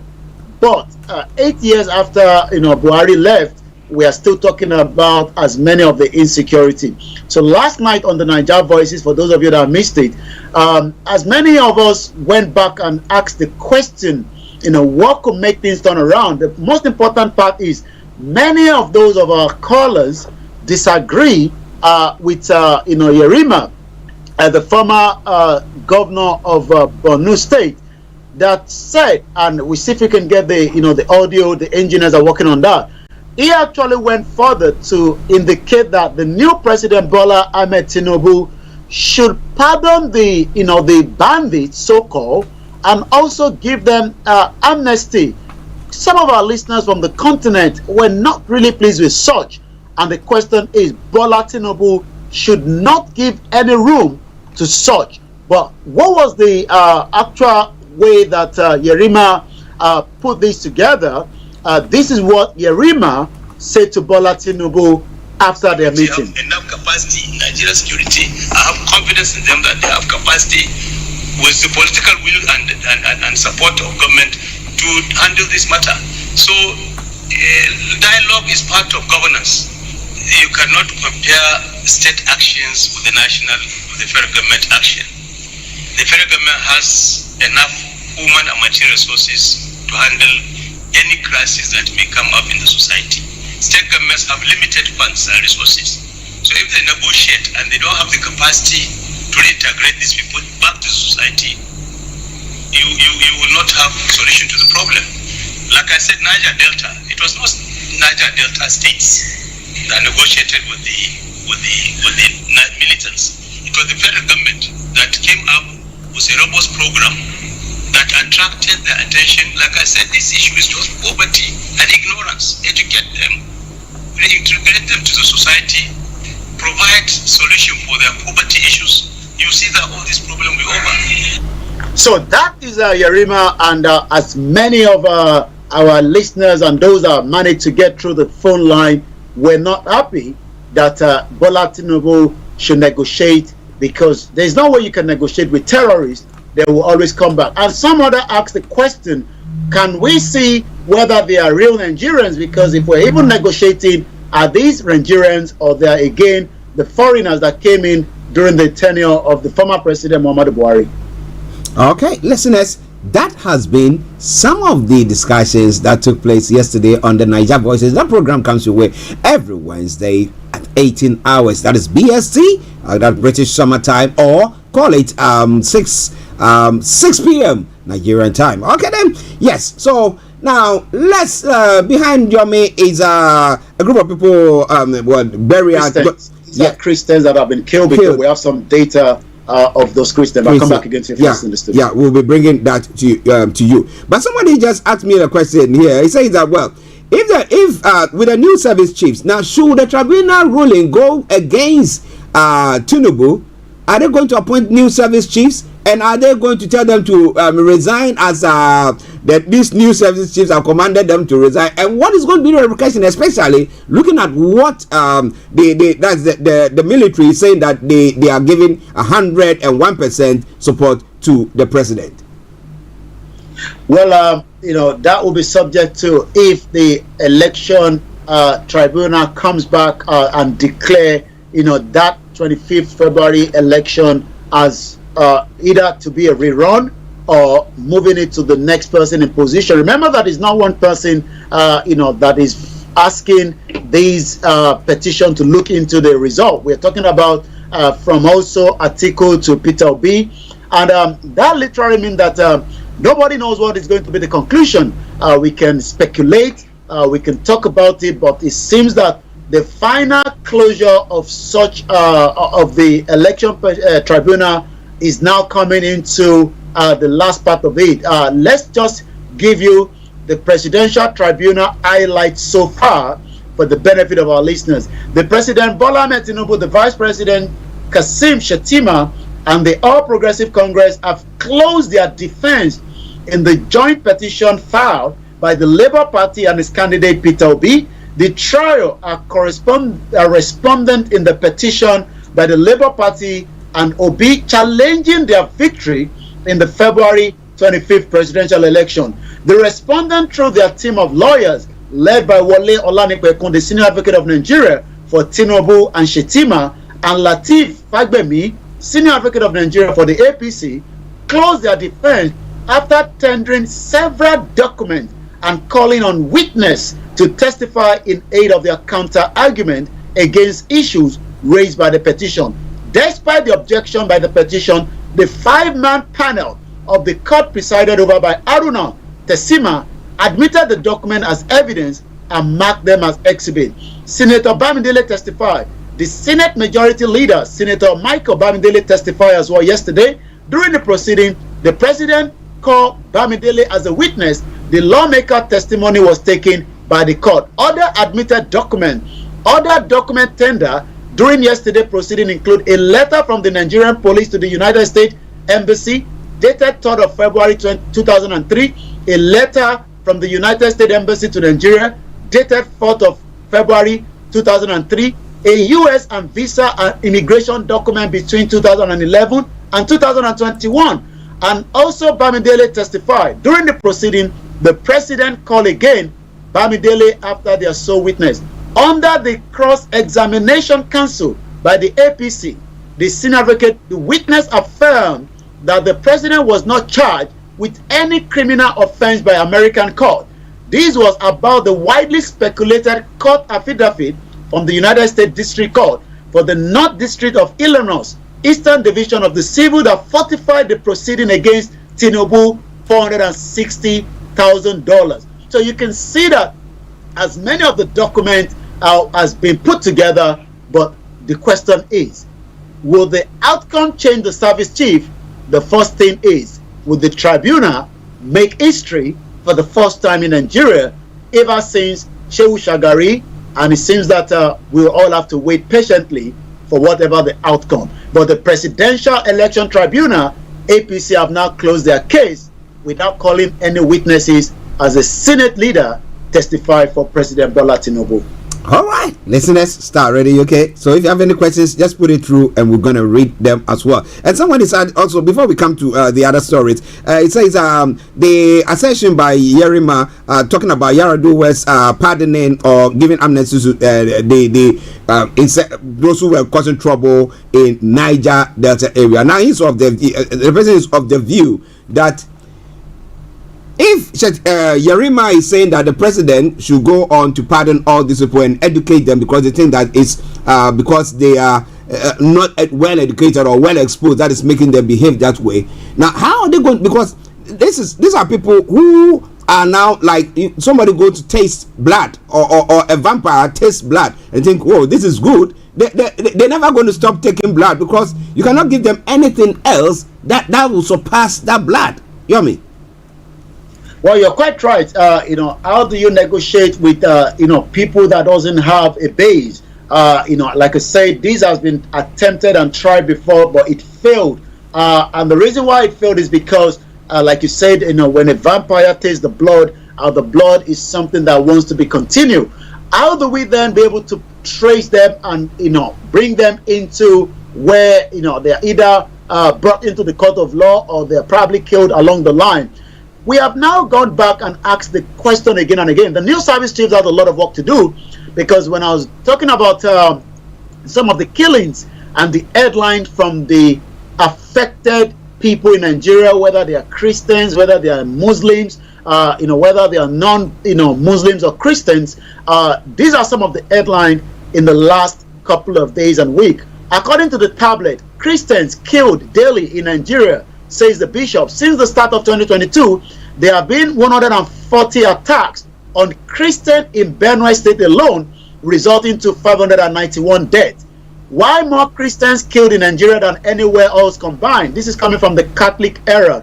Allahu Akbar was shouted in a terrorist that killed people in Spain, but it seems in Nigeria, a lot of these is not brought into. 50,000 Christians killed by Nigerian Islamic extremists, according to the Vatican. This was in April this year. According to the report, Messiah Christians in Nigeria issued the Inter-Society over the past 14 years. At least 52,000 Nigerian Christians have been killed. Let's talk about the one that happened on Friday in Ogun State. RCCG, Redeemed Christian Church of God, pastor killed. Waiting police talk about the killing of the Redeemed Christian Church. This is coming from, again, the BBC. Crocs Now report claimed that just as the former President Muhammadu Buhari was leaving the office, he was also given some kind of a farewell package, according to the Crooks North. Report indicate that 700 Christians were killed in the month of May as a farewell gift to the former President Muhammadu Buhari. A leading Nigerian human rights organization has published a report claiming that largely Muslim Fulani herdsmen killed about 700 Christians in a May as a farewell gift to former President Muhammadu Buhari. So the question is, how do we deal with this menace that is creating havoc? That is what a lot of Nigerians are talking about with the new service chiefs.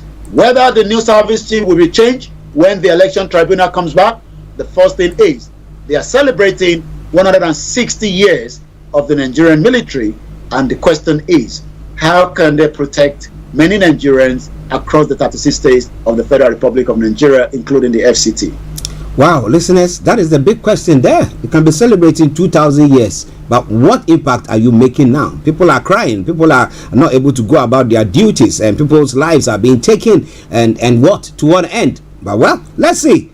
As we say here, there's a new sheriff in town. Maybe he's cracking the whip, and maybe that will cause them to act differently. Come up with maybe a new idea, a new plan to be able to combat this menace that is going on in Nigeria. But listeners, it's Starr Radio UK, your favorite African and Caribbean radio station in London. Now, interestingly, this story talking about Transparency International that is saying that ill-gotten wealth of, Nigerian politicians who have got ill-gotten wealth are now investing all those money buying properties in France. So they're not bringing it to the UK, because now UK, if you buy any property, you have to justify how you came by that money, and therefore, it could be you could forfeit it or it could be confiscated. So I think they don't want to come this way again. They're targeting France now. Now, what else did Transparency International say there, Yomi?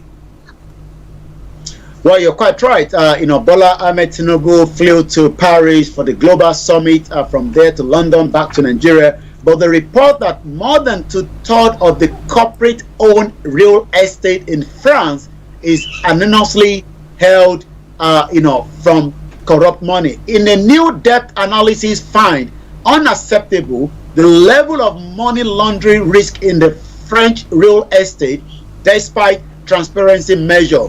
Non-compliance, incomplete data, loopholes are creating a brick wall for attempt to follow the flows of dirty money into the French real estate, according to the new report by Transparency International France. Transparency International and Anti-Corruption Data Collective, ACDC, 6 years after France began collecting information on the beneficial owners of companies, almost 1/3 of legal entities in France have failed to comply, partly as a consequently more than 7.33 million parcels of land which could contain one or multiple properties. In France, all these are held without nobody knowing exactly who owns them. This effectively create a dead end for effort to follow the flow of white-collar criminal. I was looking at one of the former governor of Kwara State, known as Lawal. After he died in 2006 here in London, he was returned back to Nigeria, where he was buried in Kwara State. About almost $2.8 million was traced to his account in Cayman's Island. That's about almost 3-point-something billion naira in exchange rate as at the time. These are money that is meant for projects in the particular state, and as of today, the state with the 16 local governments still remain corrupt. The Cayman Island is less than 70,000. So as many Nigerians stealing this money are taking it to these countries, while these countries are becoming much more stronger and powerful, while millions of Nigerians continue to live in abject poverty. So we hope that the new president will be able to deal with, with some of this corrupt flow of money, as we saw him traveling to Paris for the global summit that also include engagement with other African leaders. Wow, listeners, it is Starr Radio UK updates from Nigeria with Mr. Olayomi Koiki coming your way. But a few other stories making the rounds this morning. We're going to be touching on it. But wherever you are, stay tuned and don't touch the dial whilst we bring you everything that you need to know. Now, yesterday we did talk about, I don't know whether you chanced on that, so let me just, we did talk about this, was it the day before yesterday? Yesterday, JAM results where the JAM boss or this one have come out to say that the student have printed something that was fake. It was, now they said that there's an app that Nigerians are using to create this fake result. Now, are they still holding this student Oge Nsima Okay, Sima, I think that's her name. That the result that she has is a fake one still? Yummy. Well, it seems that the House of Reps have now asked the UTME forgery order a probe and, like you said, a fraudulent app developer risk dismissal. What do we know so far? The House of Representatives yesterday resolved to investigate the alleged forgery of the UTME result by Ejikeme Mesoma. The House passes the resolution during the plenary following the adoption of a motion sponsored by the People's Democratic Party lawmaker from Rivers State, Abiata Awaji. The embattled 19-year-old from Anambra State, Ejikeme, had been in the news following allegation of the UTME score forgery by the Joint Admission and Matriculation Board. Ejikeme claimed to have scored 362 as against 249 recorded by JAM. The question then is that with the new technology that we have in place, a lot of times the new AI, we might have to be very careful because it seems that the technology is now becoming so advanced that sometimes, Mr. Archie, they might say that you are in Nigeria eating jollof rice while you are still here in London. The question then is, the lawmakers have now asked JAM to rescind their 3 years ban imposed on the people pending the outcome of the investigation. Well, interesting. I mean, if they are rescinding that decision that they should wait pending the investigation, then I think it's something good, so that at least let her have her day in court, or let her be questioned and let her tell you exactly what has happened. But when it comes to AI, I mean, here we're talking about the fact that if children are writing, or when you give them homework to do, assignments to do at home, then some of them use AI and they come out. Pow! So how robust is our system? Because I know Nigeria, Ghana, and all that West Africa, they knew WAEC to be doing, I mean, to be the regulator of exams there. But what do you think, Yummy? Are we robust enough to come back certain, or now we're going to be getting lots of fake results coming through? Well, I could give you a bit of background because I have someone that was able to do a cross-checking. What that means is that, you know, your school cert can be cross-checked here by some organization that the UK government has put in front. So you pay about £50 or 50 to 60, depending on what you're asking them to to translate back. So that literally means that, you know, if you have a West African examination result and you want them to give you the equivalent of that here in UK, that could be done.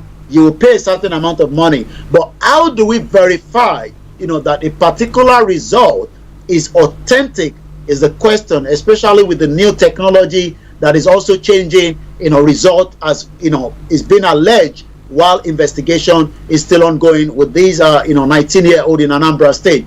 We can say, that, the technology is becoming much advanced, and that literally means that Nigeria needs to invest as well, in the training to verify. But most important thing, it seems that, JAM is saying that these young girls scored 246. How she has been able to transform that to over 300 and something is another question mark. This has generated a lot of conversation, but like we say, it seems also that sometimes inside job does occur, because we know that in Nigeria the corruption level means that, like I've stated, you can easily change your real identity by dropping your age and get a new passport from Abuja on that. So many Nigerians have used that out of the country, and somebody was still able to use it as at last year December, where he was changing over his date of birth with the same name. And the question then is, how do we then authenticate a genuine identity if you are dropping your age for whatever reasons? Well, you can drop your age, but when the age starts affecting you, you say you are 19 years, and meanwhile you are 40, and then you go on for a bit, and your waist and your leg cannot carry you, then you know that you've arrived. But well, listen, it is all Starr Radio UK 11:29. Let's go back to Yomi for the rest of the stories making the rounds. Over to you, sir. Well, so much headline in Nigeria. Explosion from APC. Ganduje appeals judgment, file stay of execution.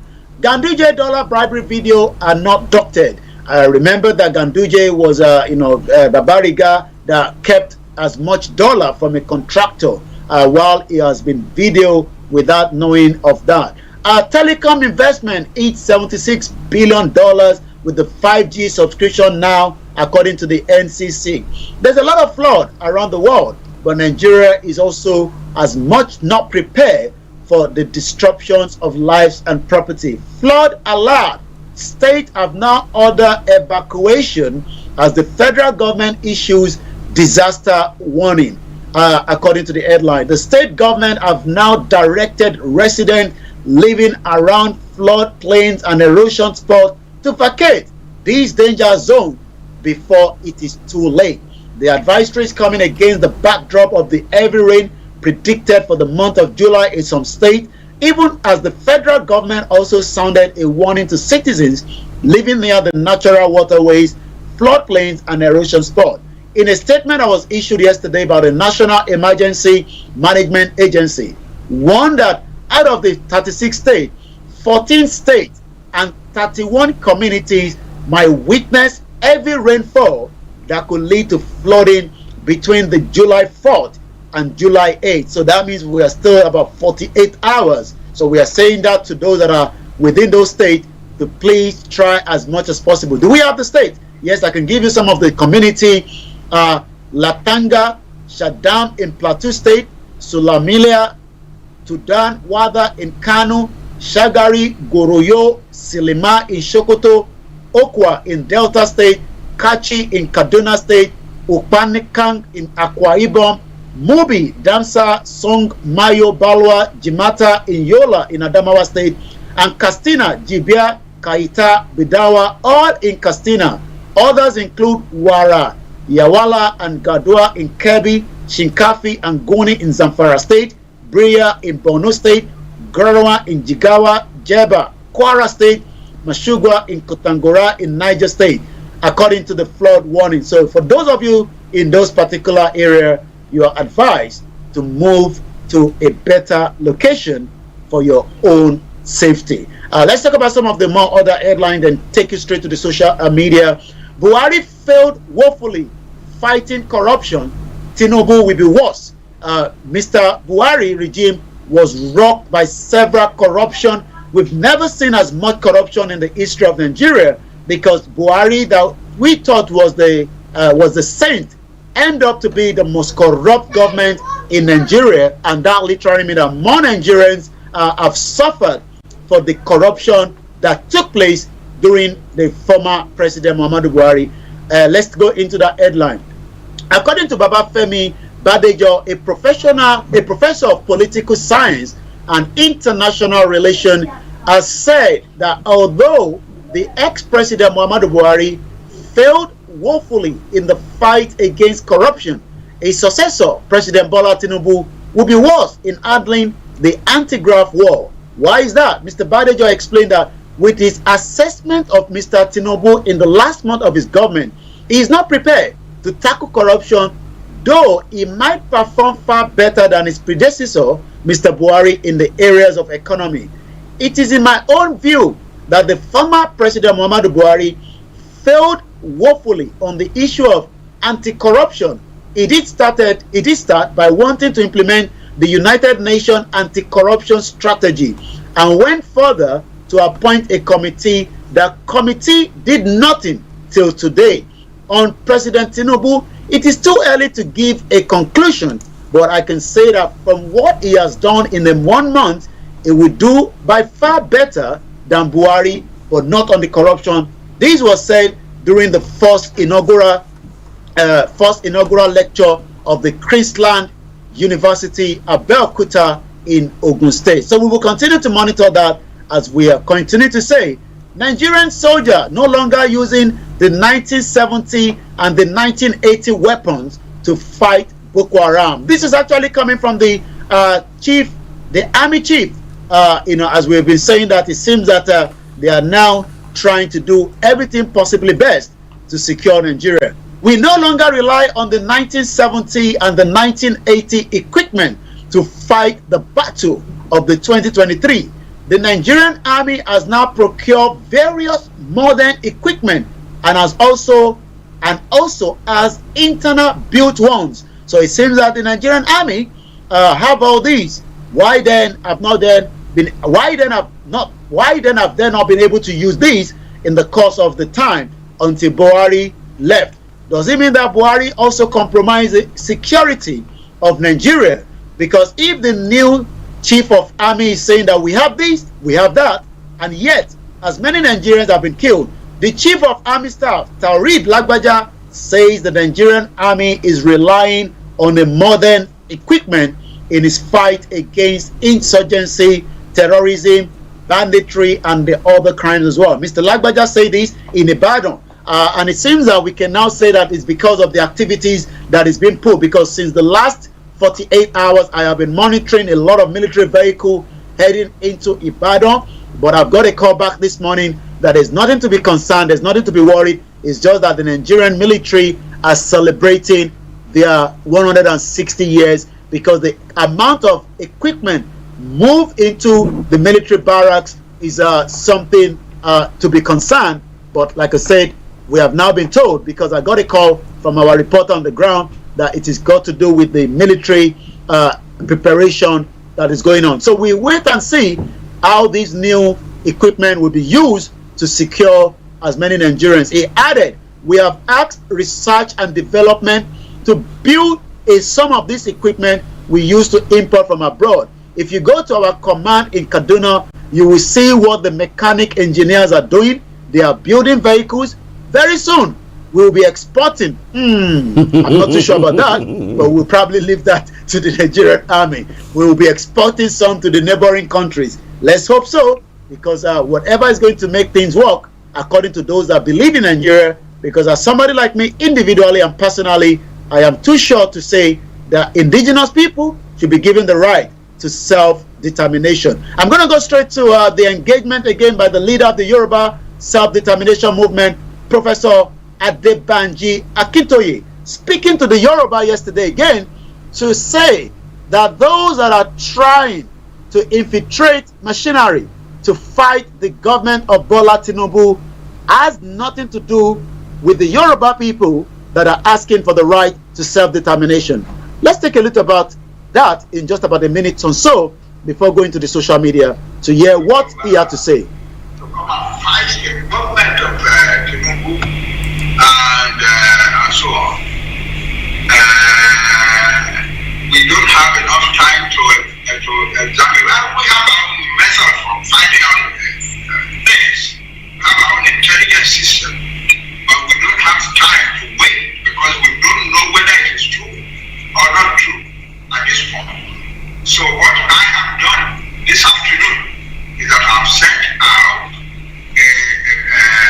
an audio message to all Yoruba that some people are reported to be planning this. Two things, a number of things I want to say about that. First, we don't know whether it is true or not true. Secondly, we who are really fighting for the Yoruba nation are not part of it. Just that we were not part of the season of radio station. And that is, Professor Adebanji Akintoye. And we move swiftly now to the social media. There is a trending of Nnamdi Kanu. There is a sit-at-home that has been put out again, by Simon Ekpa and the Biafra government in exile regarding Nnamdi Kanu. But yesterday, one of those that believe that Nnamdi Kanu should be released is Hassan Stan Sabo. This is what he had to say. One major priority area in the southeast, which I think will cool off a great deal of nerves, is for us to bring out Kanu, that gentleman, pull him out, stop this incarceration. I know some of his pronouncements or maybe lines of actions and so on were offensive to the Nigerian state, and there was a need maybe to take certain actions. But you see, Nigeria itself is a family. That's my picture of Nigeria. When parts of the family feel offended, as a father, as parents, you sit the gentleman down, you sit the child down, and try to find out what are the problems. How do I help you? You don't like the Christmas shoe we bought for you? Okay, we'll get you a new one. Would that solve the problem? You don't like this meal? can we fix another meal for you? Can we start talking with Kano? Can we start talking with IPOP? Can we start talking with other groups? I think a conversation with some of these teams would go a long way in addressing the problem.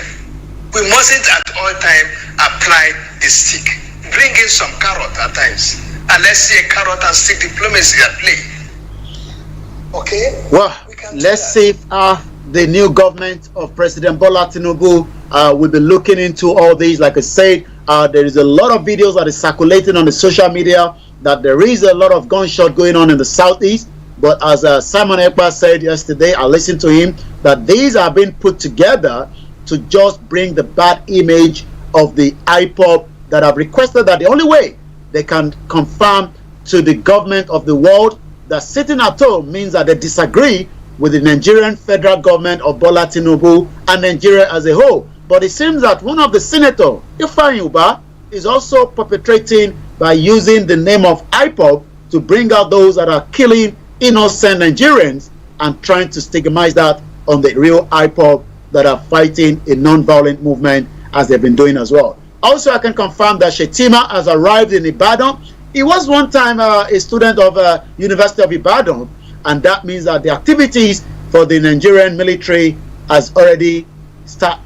As we speak right now, I can see the Nigerian Air Force have landed, and in front of me, I can see the Vice President of the Federal Republic of Nigeria coming out. I'm not too sure what the airport looks like, because we know that each of these airports are not in the standard, as we will always say, but it seems that it can still have the Vice President aircraft touching down, and that literally means that the event that is now ongoing will continue as planned by the Nigerian Army. Apart from that, the other news from the social media, it's all about the trending of Nnamdi Kanu.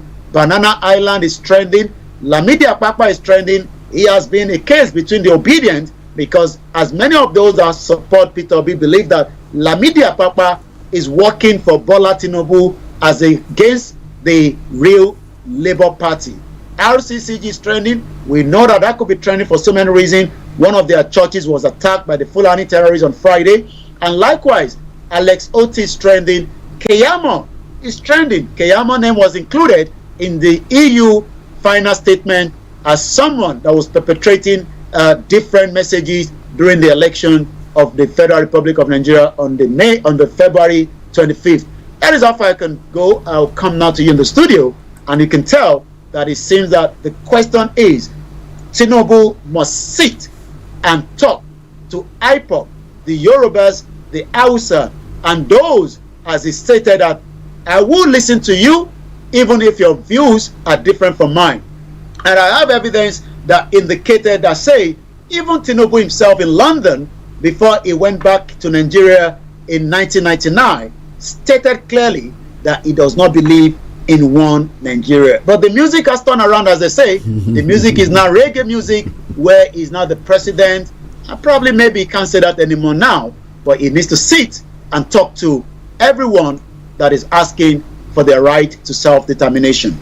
Wow, listeners, is it Starr Radio UK? I mean, where would you get all this from? Except on Starr, your favorite African and Caribbean radio station in London, with Miss Olayomi, Koiki in our North London studio, and I'm Archie here. Let me acknowledge a couple of people before we run up the first part of the program. No, Koya, follow here, and it says, well done, Koiki, Akugon Media of Yoruba Land. Okay, I hope that I pronounced it well. And Comfort, Olugunja says that Starr Radio UK, I joined you to laugh about Nigeria exporting vehicles. She's talking about the fact that they said they're going to export military vehicles. Who knows? Comfort, don't say that. Don't laugh. It's serious. Maybe you don't know. They got a factory, they are manufacturing. Who knows? Yeah? You will be there one day. I'll be telling you, Comfort, come and see the vehicles. Well. Listeners, it's Starr Radio UK. As long as it doesn't break down. Well, we keep fingers and everything. We might end up be paying more compensation to those African countries that we export it to. Yomi. Because it took us 8 years, according to Dr. Kayode Fayemi, the former Minister of Steel and the former governor, that the arbitration between the federal government on Ajaokuta lasted 8 years in London, and it could not get anything done trying to bring Ajaokuta back again. My goodness. Well, we still have hope, don't we? We have hope. That's why we are still there. Well. Let's start ready. Anthony Adeji said he cannot laugh that he's laughing with the emoji like that. But Shegun Oye says, no be carrot only we go bring. Sugar cane for the bandit and terrorists. Stupid politician. Mr. Fab say, poor state, poor infrastructure. And Ken Diduroja say, salute to Starr Radio UK. Oh, thank you very much to every one of you. This is where Yomi will have to bring the updates so that we can look at other stories making the rounds in other parts of the world. But don't you worry, tomorrow we'll be looking into more stories making the rounds. And as we do here, if you have, maybe you are somewhere and you pick on some intel or some information you want to share with us, you bring it through. We'll be looking at it. If the ones that we need to do some more inquiry or check on it, we'll do that. But we'd love you to be sharing your take with us as you've done today. Yomi, before you go, stay tuned as Archie take you to the rest of the segment. I'll be back, like you said, tomorrow. Tomorrow is the Friday. Thank God it's Friday, where we get paid for those that are working and getting paid on Friday. And the rest of us, I'll say Starr Radio UK, the finest African and Caribbean radio station in London. Bye for now. Bye. Thank you very much, Yomi. Wow, listeners, it is Starr Radio UK, your favorite African and Caribbean radio station in London. And it's now gone 14 minutes to the top of the hour. Take a quick break and I'll bring you some lovely tune. Small axe, wherever you are just that small axe that is hewing down that big trouble that we seem to see. But wherever you are, don't you go away. A quick break and then we continue from there. iOrange is the brand new hydration drink developed with bold, thirst-quenching orange flavor to refresh and replenish. iOrange was created to fill the void where great taste meets functionality. With bold, thirst-quenching orange flavor to help you refresh, replenish, and refuel. Okay, Starr Radio UK, your favorite African and Caribbean radio station in London. Let's enjoy this tune from the Root Riders, and it says a small axe. Enjoy it. I'll be with you.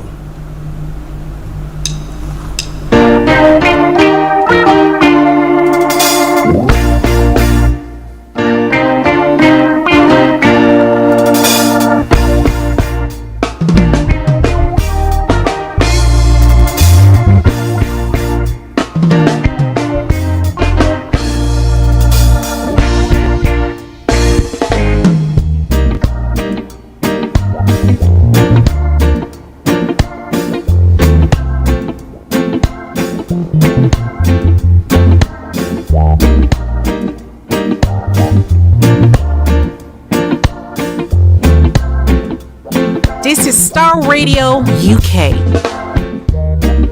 Why boasted ourselves, or evil man?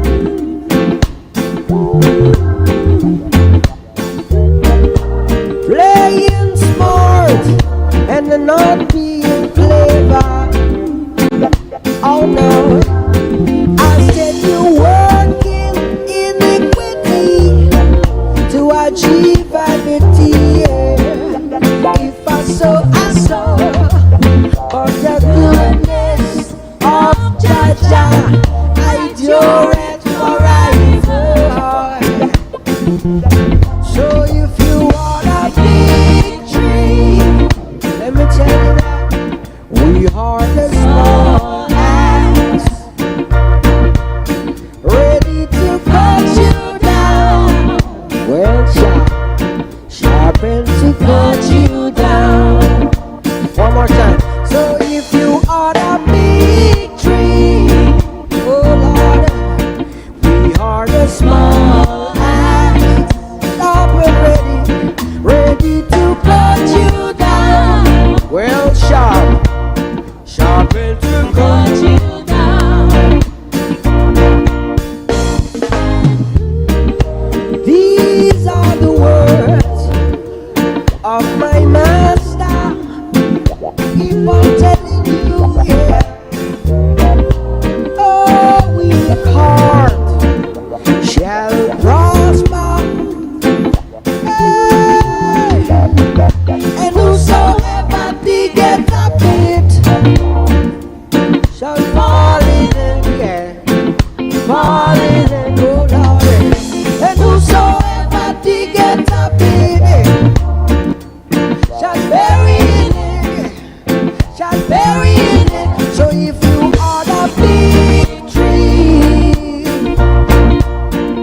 You're the small axe, sharp and ready to cut you down. World sharp, sharpened to cut you down.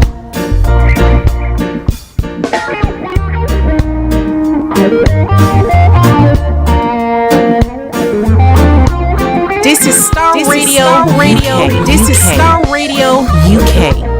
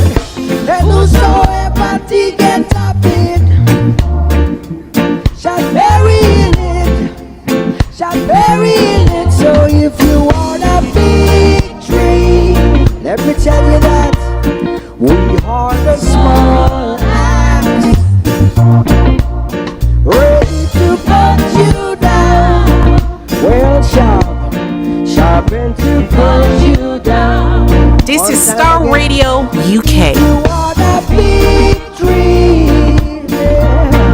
Archie on Starr Radio. Nobody does it better. Hi there, this is CJ, your life coach. And whenever I'm in London, I listen to Starr Radio UK right here. And guess what? You can listen to wherever you are.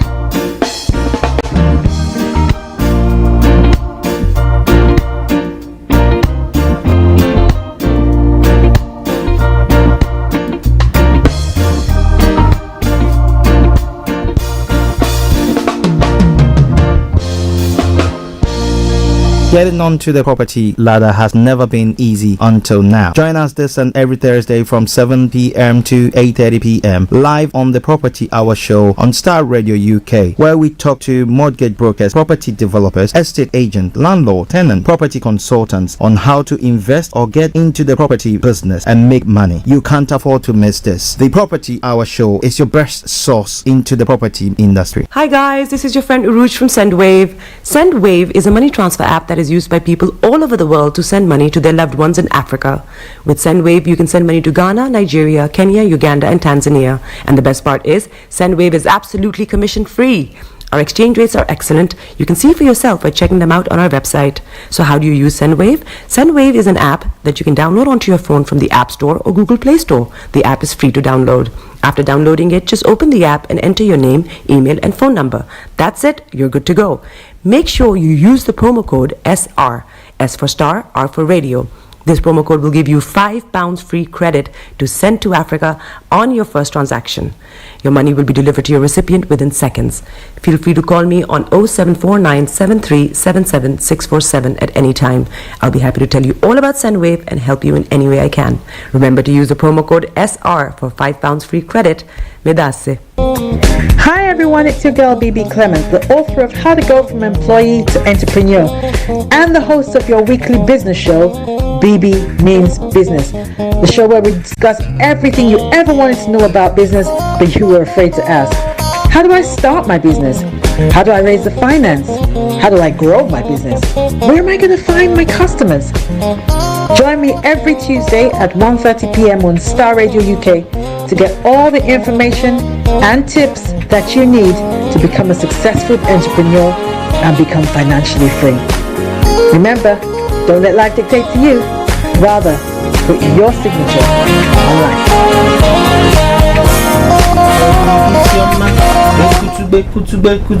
Show them you got the Coco set. Ladies and gentlemen, it's your boy Harry Song, aka Mr. Songs. This is the Kingmaker Baba for the girls. We're here. This is Starr Radio. Don't go nowhere. UK, London. We call them London for home. For here, we call them London.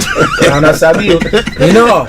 Just have fun and stay blessed. Welcome back to the program Starr Radio UK. 6 minutes to the top of the hour. That's 6 minutes to 12 here. The lines will be open in the next 6 minutes, and then we will be continuing at 12:30. We'll bring the curtains down for the end of the program. But Yes, there's going to be a program tonight, smasher of another one that KB Bossman is bringing your way, and it's a property hour show this evening from 7 to 8 p.m. and it says a landlord and tenant's relationship and the legal processes. Interestingly, we have a situation where because of high interest rates and mortgages going up, those who have bought to rent, buy to rent, landlords are actually struggling, and therefore they are pushing price or rates up. Okay, and interestingly, we have those who are being just chucked out for no apparent reason. They can tell you that, you know what, I want my building back. I don't want to be in. I'm not interested in. Run or doing this rental issue there. So then it just back off, and then you as a tenant find yourself wanting, or as a landlord, when your tenant say that, look, I'm not going to miss to pay. What are you going to do? The person, are you going to chuck their stuff out, or by the time they come, you change the lock? What exactly are you going to be doing there? Well, you want to know more? Join KB Bossman, Vicky Newton, and their special guest for tonight, Cynthia Opoku Jemfe, who is a barrister, solicitor, and senior lecturer, accredited mediator specialist in commercial and residential property law. Get in touch with them, get involved in the program, and you will not be found wanting. All right then. So Starr Radio UK, your favorite African and Caribbean radio station in London. 4 minutes to the top of the hour. Now, if you want to join in the conversation, call us on 02081332257 or 58, 02081332257 or 58. Those of you in the US, Canada, or the Caribbean area, it is always and has been 0017183032737, 0017183032737. You can text or WhatsApp at 0753966144, 0753966144. Twitter handle is Starr Radio UK, and email address is info@starradiouk.com. All right then. So now let's move on to some other stories making their rounds. You can also Skype at us. Yes, feel free to do so. And I promise you one thing for sure, I'm gonna listen. All right. So what's up? Let's look at other parts of Africa. What is happening there? Now, South Africa's President Cyril Ramaphosa has welcomed the decision by the High Court in Johannesburg to dismiss the private prosecution case instituted by former President Jacob Zuma. The judge declared the prosecution of President Ramaphosa is invalid and unconstitutional. The former President Jacob Zuma turned to the court after blaming President Ramaphosa for failing to act when he told him about prosecutor Billy Downer's alleged misconduct. Now, Jacob Zuma is still fighting to have Downer removed from his arms deal corruption trial. The court ordered Zuma to pay for the legal costs of Ramaphosa and those of the two counsels as well. Well, he's lost that sympathy, and it's now quite an interesting one. In other stories making the round, Upper House votes to form 12th regional state. Now, considering the desires expressed through a referendum that is in Ethiopia, interesting, Ethiopia's Upper House of Parliament on Wednesday unanimously gave the green light to the creation of a 12th regional state called the Southern Ethiopian Region after a recent referendum in the south of the country. Now, considering the desires expressed through a referendum by 6 zones and 5 special districts previously integrated into SNNPR, Southern Nation Nationalities and Peoples Region, the House of Federation, the House of Federation has accepted that they organize themselves in regional state, announces the Upper House in a press release. These 6 zones and 5 districts will therefore form the Southern Ethiopian region, continues the chamber, without specifying the terms or deadlines for these future organizations. The inhabitants of the areas concerned had been called upon to decide on February 6 by referendum on their regrouping within a new region and had very massively expressed themselves in favor of it.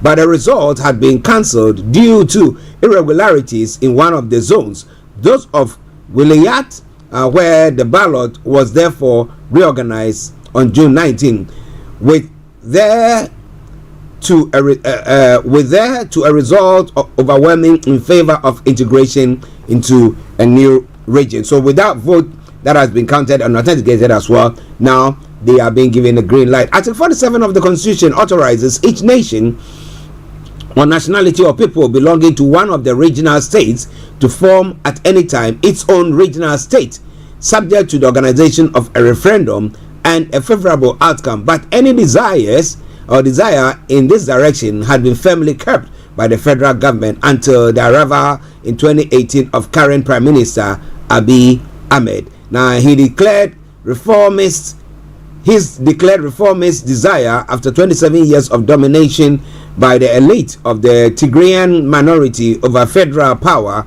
has freed many territorial and identity claims. The southern Ethiopian region is the third region to come into existence since Mr. Abiy leads Ethiopia, after Sidama in 2020 and the southwest Ethiopia region at the end of 2021, both of which have already emerged from a split with the SNNPR. Well. If they did it in peace, with or by a referendum, why can't the Yorubas be given that chance to do that? I've been saying that all the time. Allow them to have a referendum. If majority of them vote that they want to leave, let them leave, or let them have a state of their own, or look at formalities or means to actually help them out. But the issue is they don't care about what is going on there. All that they want, you have to be part of us, and they will use the cane and the military to intimidate them to stay in. But what do you think? Well, Tunisians are now targeting African migrants, and dozens have been expelled amid a disturbance late Tuesday. Police detained some migrants and deported them as far as the Libyan border, more than 300 kilometers over, that is 200 miles away, according to a local rights group. The latest started after the funeral of a 41-year-old Tunisian man who was stabbed to death on Monday in an altercation between locals and migrants, which led to the arrest of 3 suspects from Cameroon. Now, we are going to avenge his death. Young people were heard chanting at the victim's funeral in video footage published online. Now, Sfax, the North African country's second largest city, is a departure point for many migrants hoping to reach EU member Italy by sea. Often the island of Lampedusa are about 130 kilometers away. Now, hundreds of angry residents massed in the street of Sfax late Tuesday, demanding the eviction of all illegal migrants, said an AFP correspondent. Some blockaded streets and set car tires ablaze. Now, videos shared on social media showed police chasing dozens of migrants from their homes to the cheers of city residents before loading them into police cars. On the Facebook page of community group Sayeb Trotter, the medic Lazar Neji, working in the emergency room of a city hospital, deplored an inhumane bloody night that makes you tremble. He said the hospital had received between 30 and 40 injured migrants, including women and children, and said some were thrown from terraces, others attacked with swords. Now, Tunisian authorities on Tuesday deported a group of 100 migrants from Sfax towards Libya border, said a joint statement by the Tunisian Forum for Economic and Social Rights, the FTDES, and more than 20 other non-governmental organizations. The group included people of several nationalities, including at least 12 children aged between 6 months and 5 years each other. Some of those removed as Sfax were beaten, the statement says. And it's a very, very sad one. Especially when the president started all this. Kai Said's comment on February saying that, well, all criminality or violence and everything that's going on is being done by the migrant community was a bad one, or a bad taste. And now it has resulted in people losing their lives and everything that has gone on. But it's a sad one, as I would say. It is Starr Radio UK. It is your favorite African and Caribbean radio station in London. And that's why we'll call on our leaders to sit up and do the right thing. Starr favorite African and Caribbean radio station in London. Now, final story before we move on. Now, Kenya has postponed its reopening of its borders with Somalia. Now, Kenya said on Wednesday it was postponing the reopening of its border with Somalia after recent attacks on its soil attributed to radical Al-Shabaab Islamists. Now, Interior Minister Kithure Kindiki announced that the phased reopening of Mandera, Lamu, and Garissa border posts could not take place as announced in May. The move comes after the death of 5 civilians and 8 police officers in separate incidents near the border last month, blamed on Al-Qaeda affiliated group Shabaab. The government say the government will postpone the scheduled reopening of the border points between Kenya and Somalia until we conclusively address the recent spate of terrorist attacks and cross-border crimes, Kindiki said during a visit at Dadaab refugee camp in far eastern Kenya near Somalia. The border was officially closed in October 2011 due to attacks by Al-Shabaab, who have been waging an insurgency against the federal government in Mogadishu for more than 15 years. And this is all coming your way from Starr Radio UK. It is your favorite African and Caribbean radio station in London. Now let's move on to some other stories making the rounds in other parts of Africa as well. This around in Ghana as well. Now, do you think the media can call out vote bias when the Electoral Commission itself is not doing anything about that?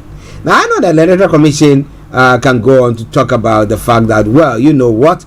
Well, we've managed. We let all the parties present their accounts yearly, annual accounts, and then we scrutinize it. But when it comes to financing of parties in Africa as a whole, I don't see anything good coming out of that. But it's like the media should be should be able to call out vote bias, and its youth organizer is saying the political parties and candidates have been making claims and counterclaims of offering incentives to induce votes in recent by-elections. Now, it's not peculiar to Ghana. If you just talk about the gone by election, that's the February 25th election, that's the presidential general election in Nigeria, we saw a lot, we heard a lot there. But National Youth Organizer of the National Democratic Congress, George Opariado, is asking the media and other institutions to monitor and call out perpetrators. He also encouraged voters to be discerning and resist the temptation of receiving gifts from politicians. Really, when people are impoverished, when you come there and make all the promises and then boom, then they leave. So what do you expect them to do? But this is a case where I look at it this way. Frank, most at times that say this when we are on air. You say, well, it is their harvest time. You know what? You take it, don't vote for them. But you know, some are trying to be a bit wise. They tell you that you have to swear on whatever day it is or this thing before they give you the money, so that because you are scared, I swear that I'm going to vote for you. I take your money, I vote for you. What you are doing is criminal. So if I take your money, I don't vote for you, nothing will happen. That's what for every action. I mean, there should be a cause. Okay, when there's a case, there should be a cause, something that you do to initiate or to precipitate whatever action that's supposed to. But if you have gone to steal, bribing me, and I take your money, I say, oh, thank you, I take it and I don't vote for you, well, what do you go do? Nothing. All right then. But listen, let's start already. Okay, what do you think about all that? The issue of vote buying is a growing canker in Ghana's electoral system. Reports and observations of practice surfaced in the recent Asin North and Kumewu by-elections. Now, some voters allegedly received direct cash payments, goods or services, or development projects in exchange for votes. Well,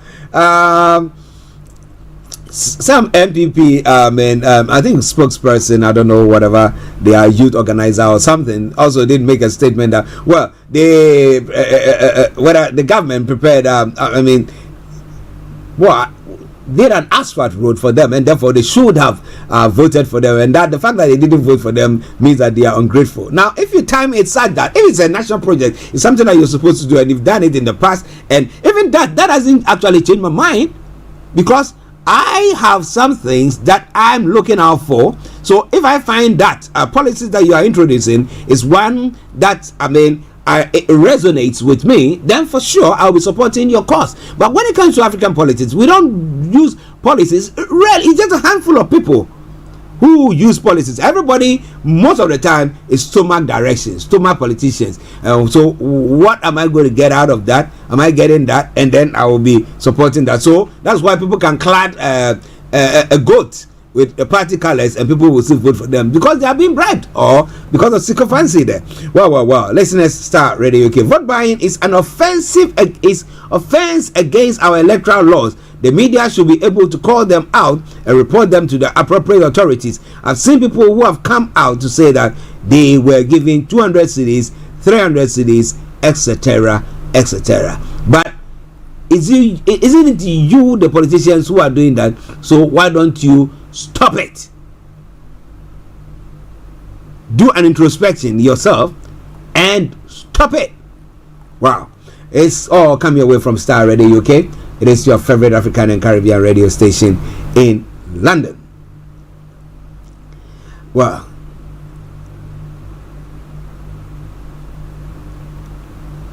I don't want to talk about. I don't want to talk about this story. Let me just leave that one. Let's come to other parts of the world. Let's look at what is happening there. Because some of the stories that make the rounds on in Ghana, some of them are very, very trivial. And so at times I don't want to touch on it at all. All right then. On the world front,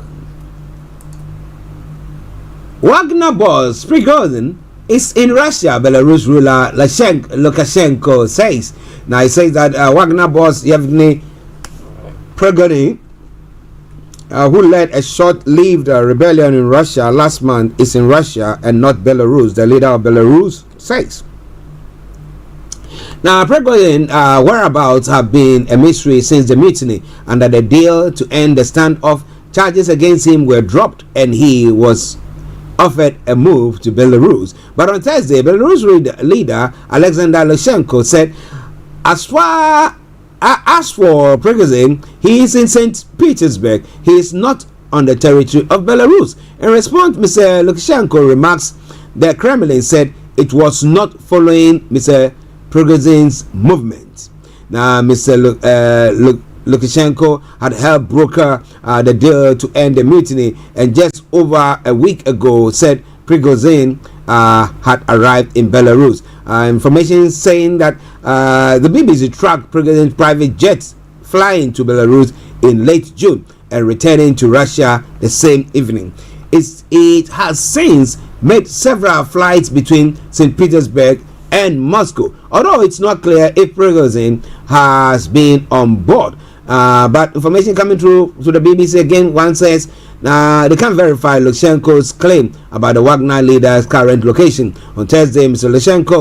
Lukashenko added that, as far as I know, the rest of the Wagner fighters were still at their bases, which will include Eastern Ukraine or training base in Russia, Krasnodar region. The Belarus leader said an offer for Wagner to station some of its fighters in Belarus, a prospect that has alarmed neighboring NATO countries, still stands, and he has offered several Soviet-era military sites for their use as well. But Wagner have a different vision, he said, adding, of course, I won't tell you about that. At present, the issue of their relocation has not been resolved. Mr. Lukashenko has also ruled Belarus since 1994 and is widely thought to have rigged the 2020 election to maintain power. Said he did not see Wagner fighters moving to Belarus as a risk and did not believe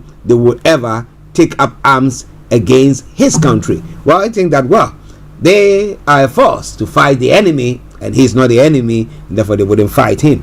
Okay, it is not coming away from Starr Radio UK, your favorite African and Caribbean radio station in London. But for him to go on, Lukashenko to go on to make that press release or press address, addressing the press, do you think that is a cause of worry to the Kremlin and especially to Putin? What do you think about all that? So coming your way from Star Radio UK. It is your favorite African and Caribbean radio station in London. One more story, as I did say earlier on, there's been a breaking news that I'm going to be bringing your way. Now, 4 have been killed in Lviv as Russian strikes hit apartment building in Western City. At least 4 people, including 2 women, aged 21 and 95, have been killed after a Russian rocket hit an apartment building in Lviv, Western Ukraine. Another 34 people were injured in what the mayor of Lviv described as one of the biggest attacks on the city's civilian infrastructure. Lviv regional head Maxim Kozitsky said more than 30 houses has been destroyed. Now, Russia's military has not commented on the reported attack. President Volodymyr Zelensky vowed a tangible response to the overnight assault by Russian terrorists. Writing on Telegram, Mr. Kozitsky said the youngest girl who was killed by a rocket in her apartment tonight in Lviv was only 21. Russia is killing our youth, our future. The oldest person to die was 95. The woman survived World War II, but unfortunately, she did not survive racism.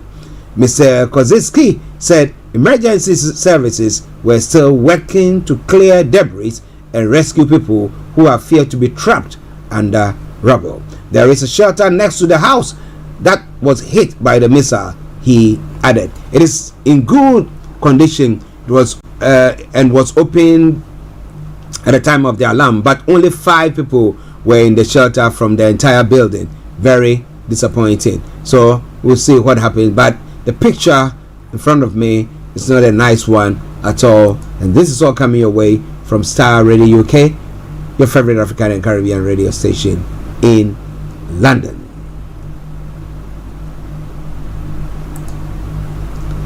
Well, one more story. The last story of a Pakistani woman and an Indian man who met through popular online game PUBG has been making headlines in India after the couple landed up in jail. Nasima Ghulam Haider, 27, met Sachin Meena, 22, through the virtual gaming platform a couple of years ago and recently traveled to India so that she could live with him. Now, she entered India illegally in May along with her 4 young children, and they were staying with Mr. Meena in Greater Noida, a city in the northern state of Uttar Pradesh, over a month, the police have said. On Tuesday, the couple were arrested. A court has remanded them in jail for 14 days. The woman's children are with their mother. The couple have told the reporters that they want to get married and live together.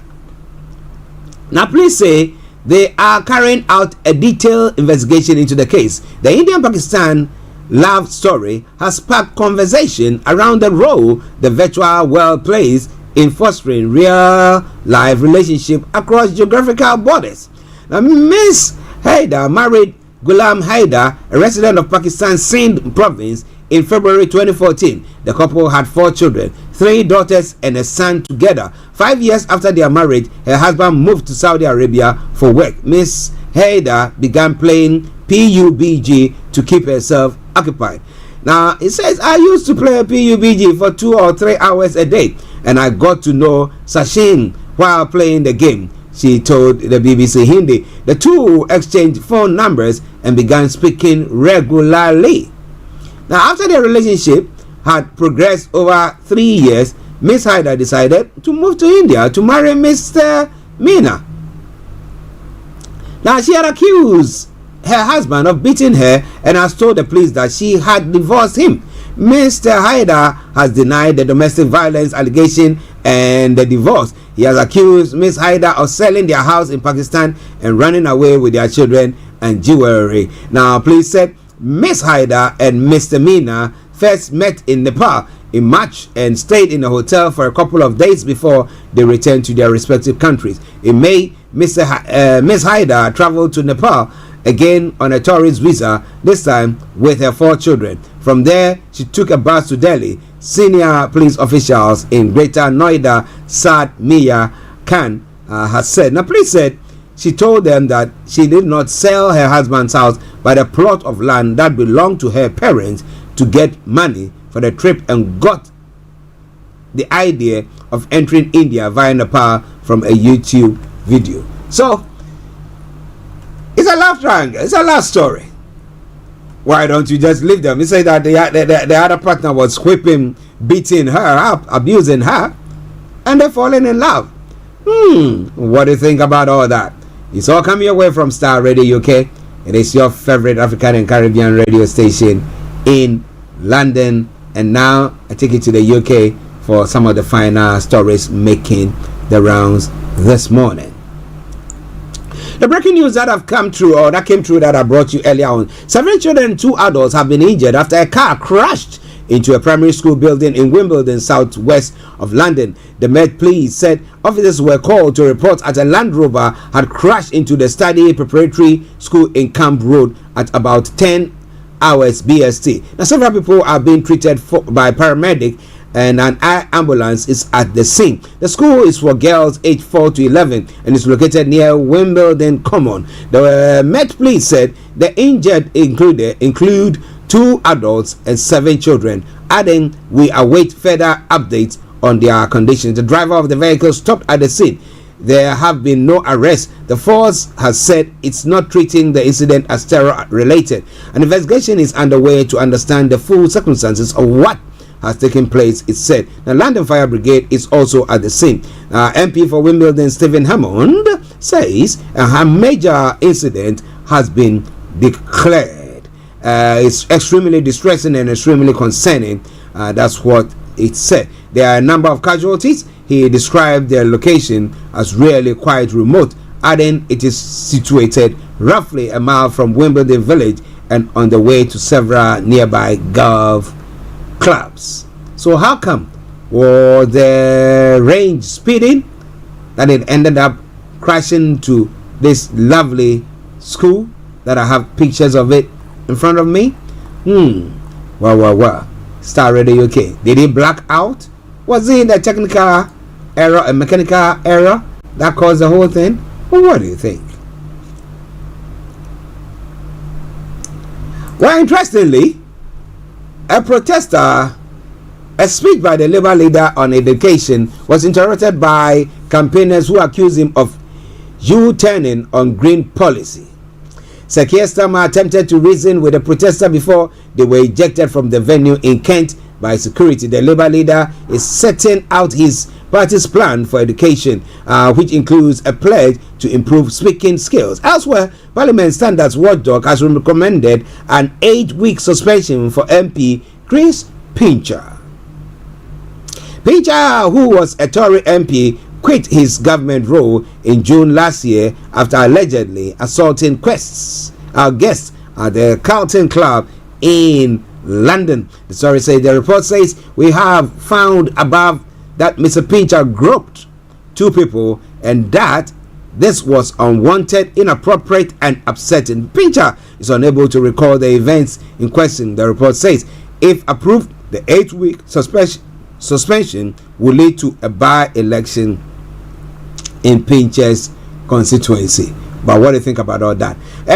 Mordant says it's too early to set a date for MPs to consider Pincher's findings. Back now, Parliament Standards Watchdog recommendation to suspend MP Chris Pincher, which we reported on earlier. In Commons, leader of the House Penny Mordaunt has said the Tamworth MP has 10 days to appeal against the Standards Committee's recommendation that he be suspended for 8 weeks. She says due process must take its course, so a date for MPs to consider a report will be announced in the usual way. In other words, not yet. This has all come your way from Starr Radio UK.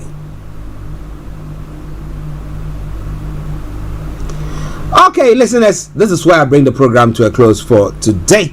As I did announce earlier on, this evening, exactly at 7 p.m., KB Bossman will be coming your way with Vicky Newton on the Property Hour show, and they will be looking at landlord and tenant relationship and the legal process, landlord and tenant relationship, and the legal process there. They'll be having as their guest Cynthia Opoku Jemfe, who is a barrister, solicitor, and senior lecturer, accredited mediator specialist in commercial and residential property law. And it is at 7 p.m. tonight. So make a date with them when they bring you that program. Okay, it is Star Radio UK. So now, a quick one from the commercials as well, and then we go.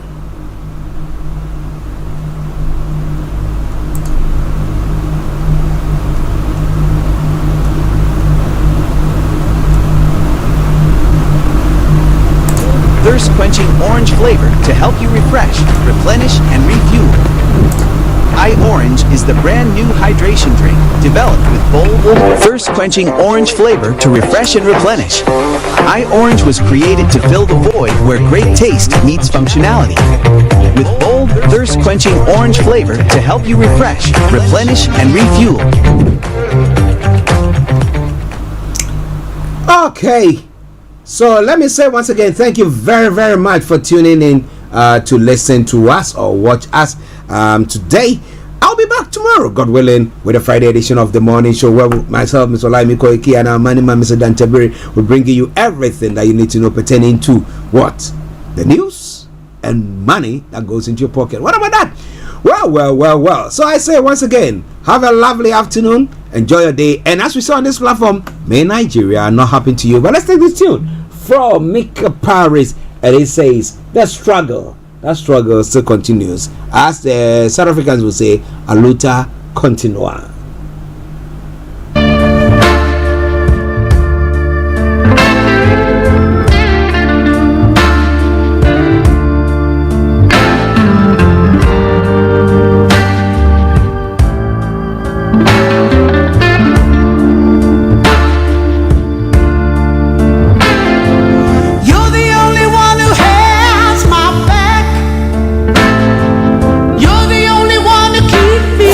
Broadcasting live online.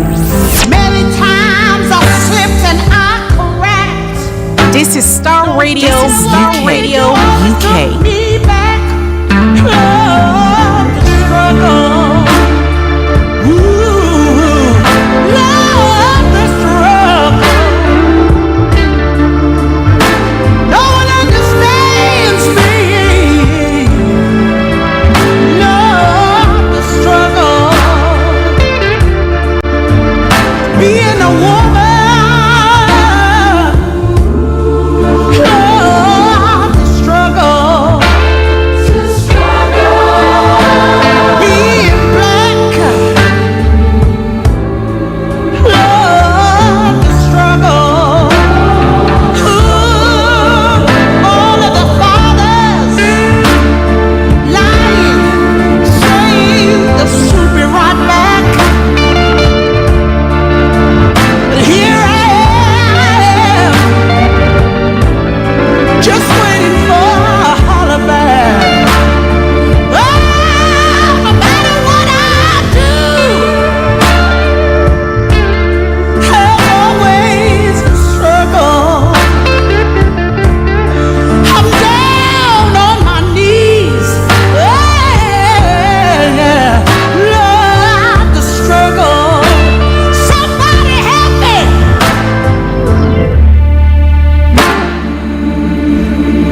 I need some help. Anybody, somebody. Oh, the struggle.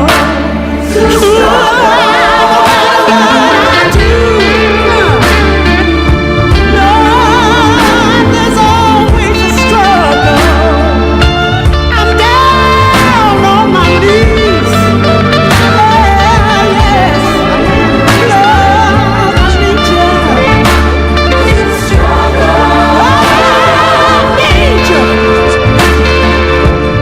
Lord, won't you? With bold, thirst-quenching orange flavor to help you refresh, replenish, and refuel.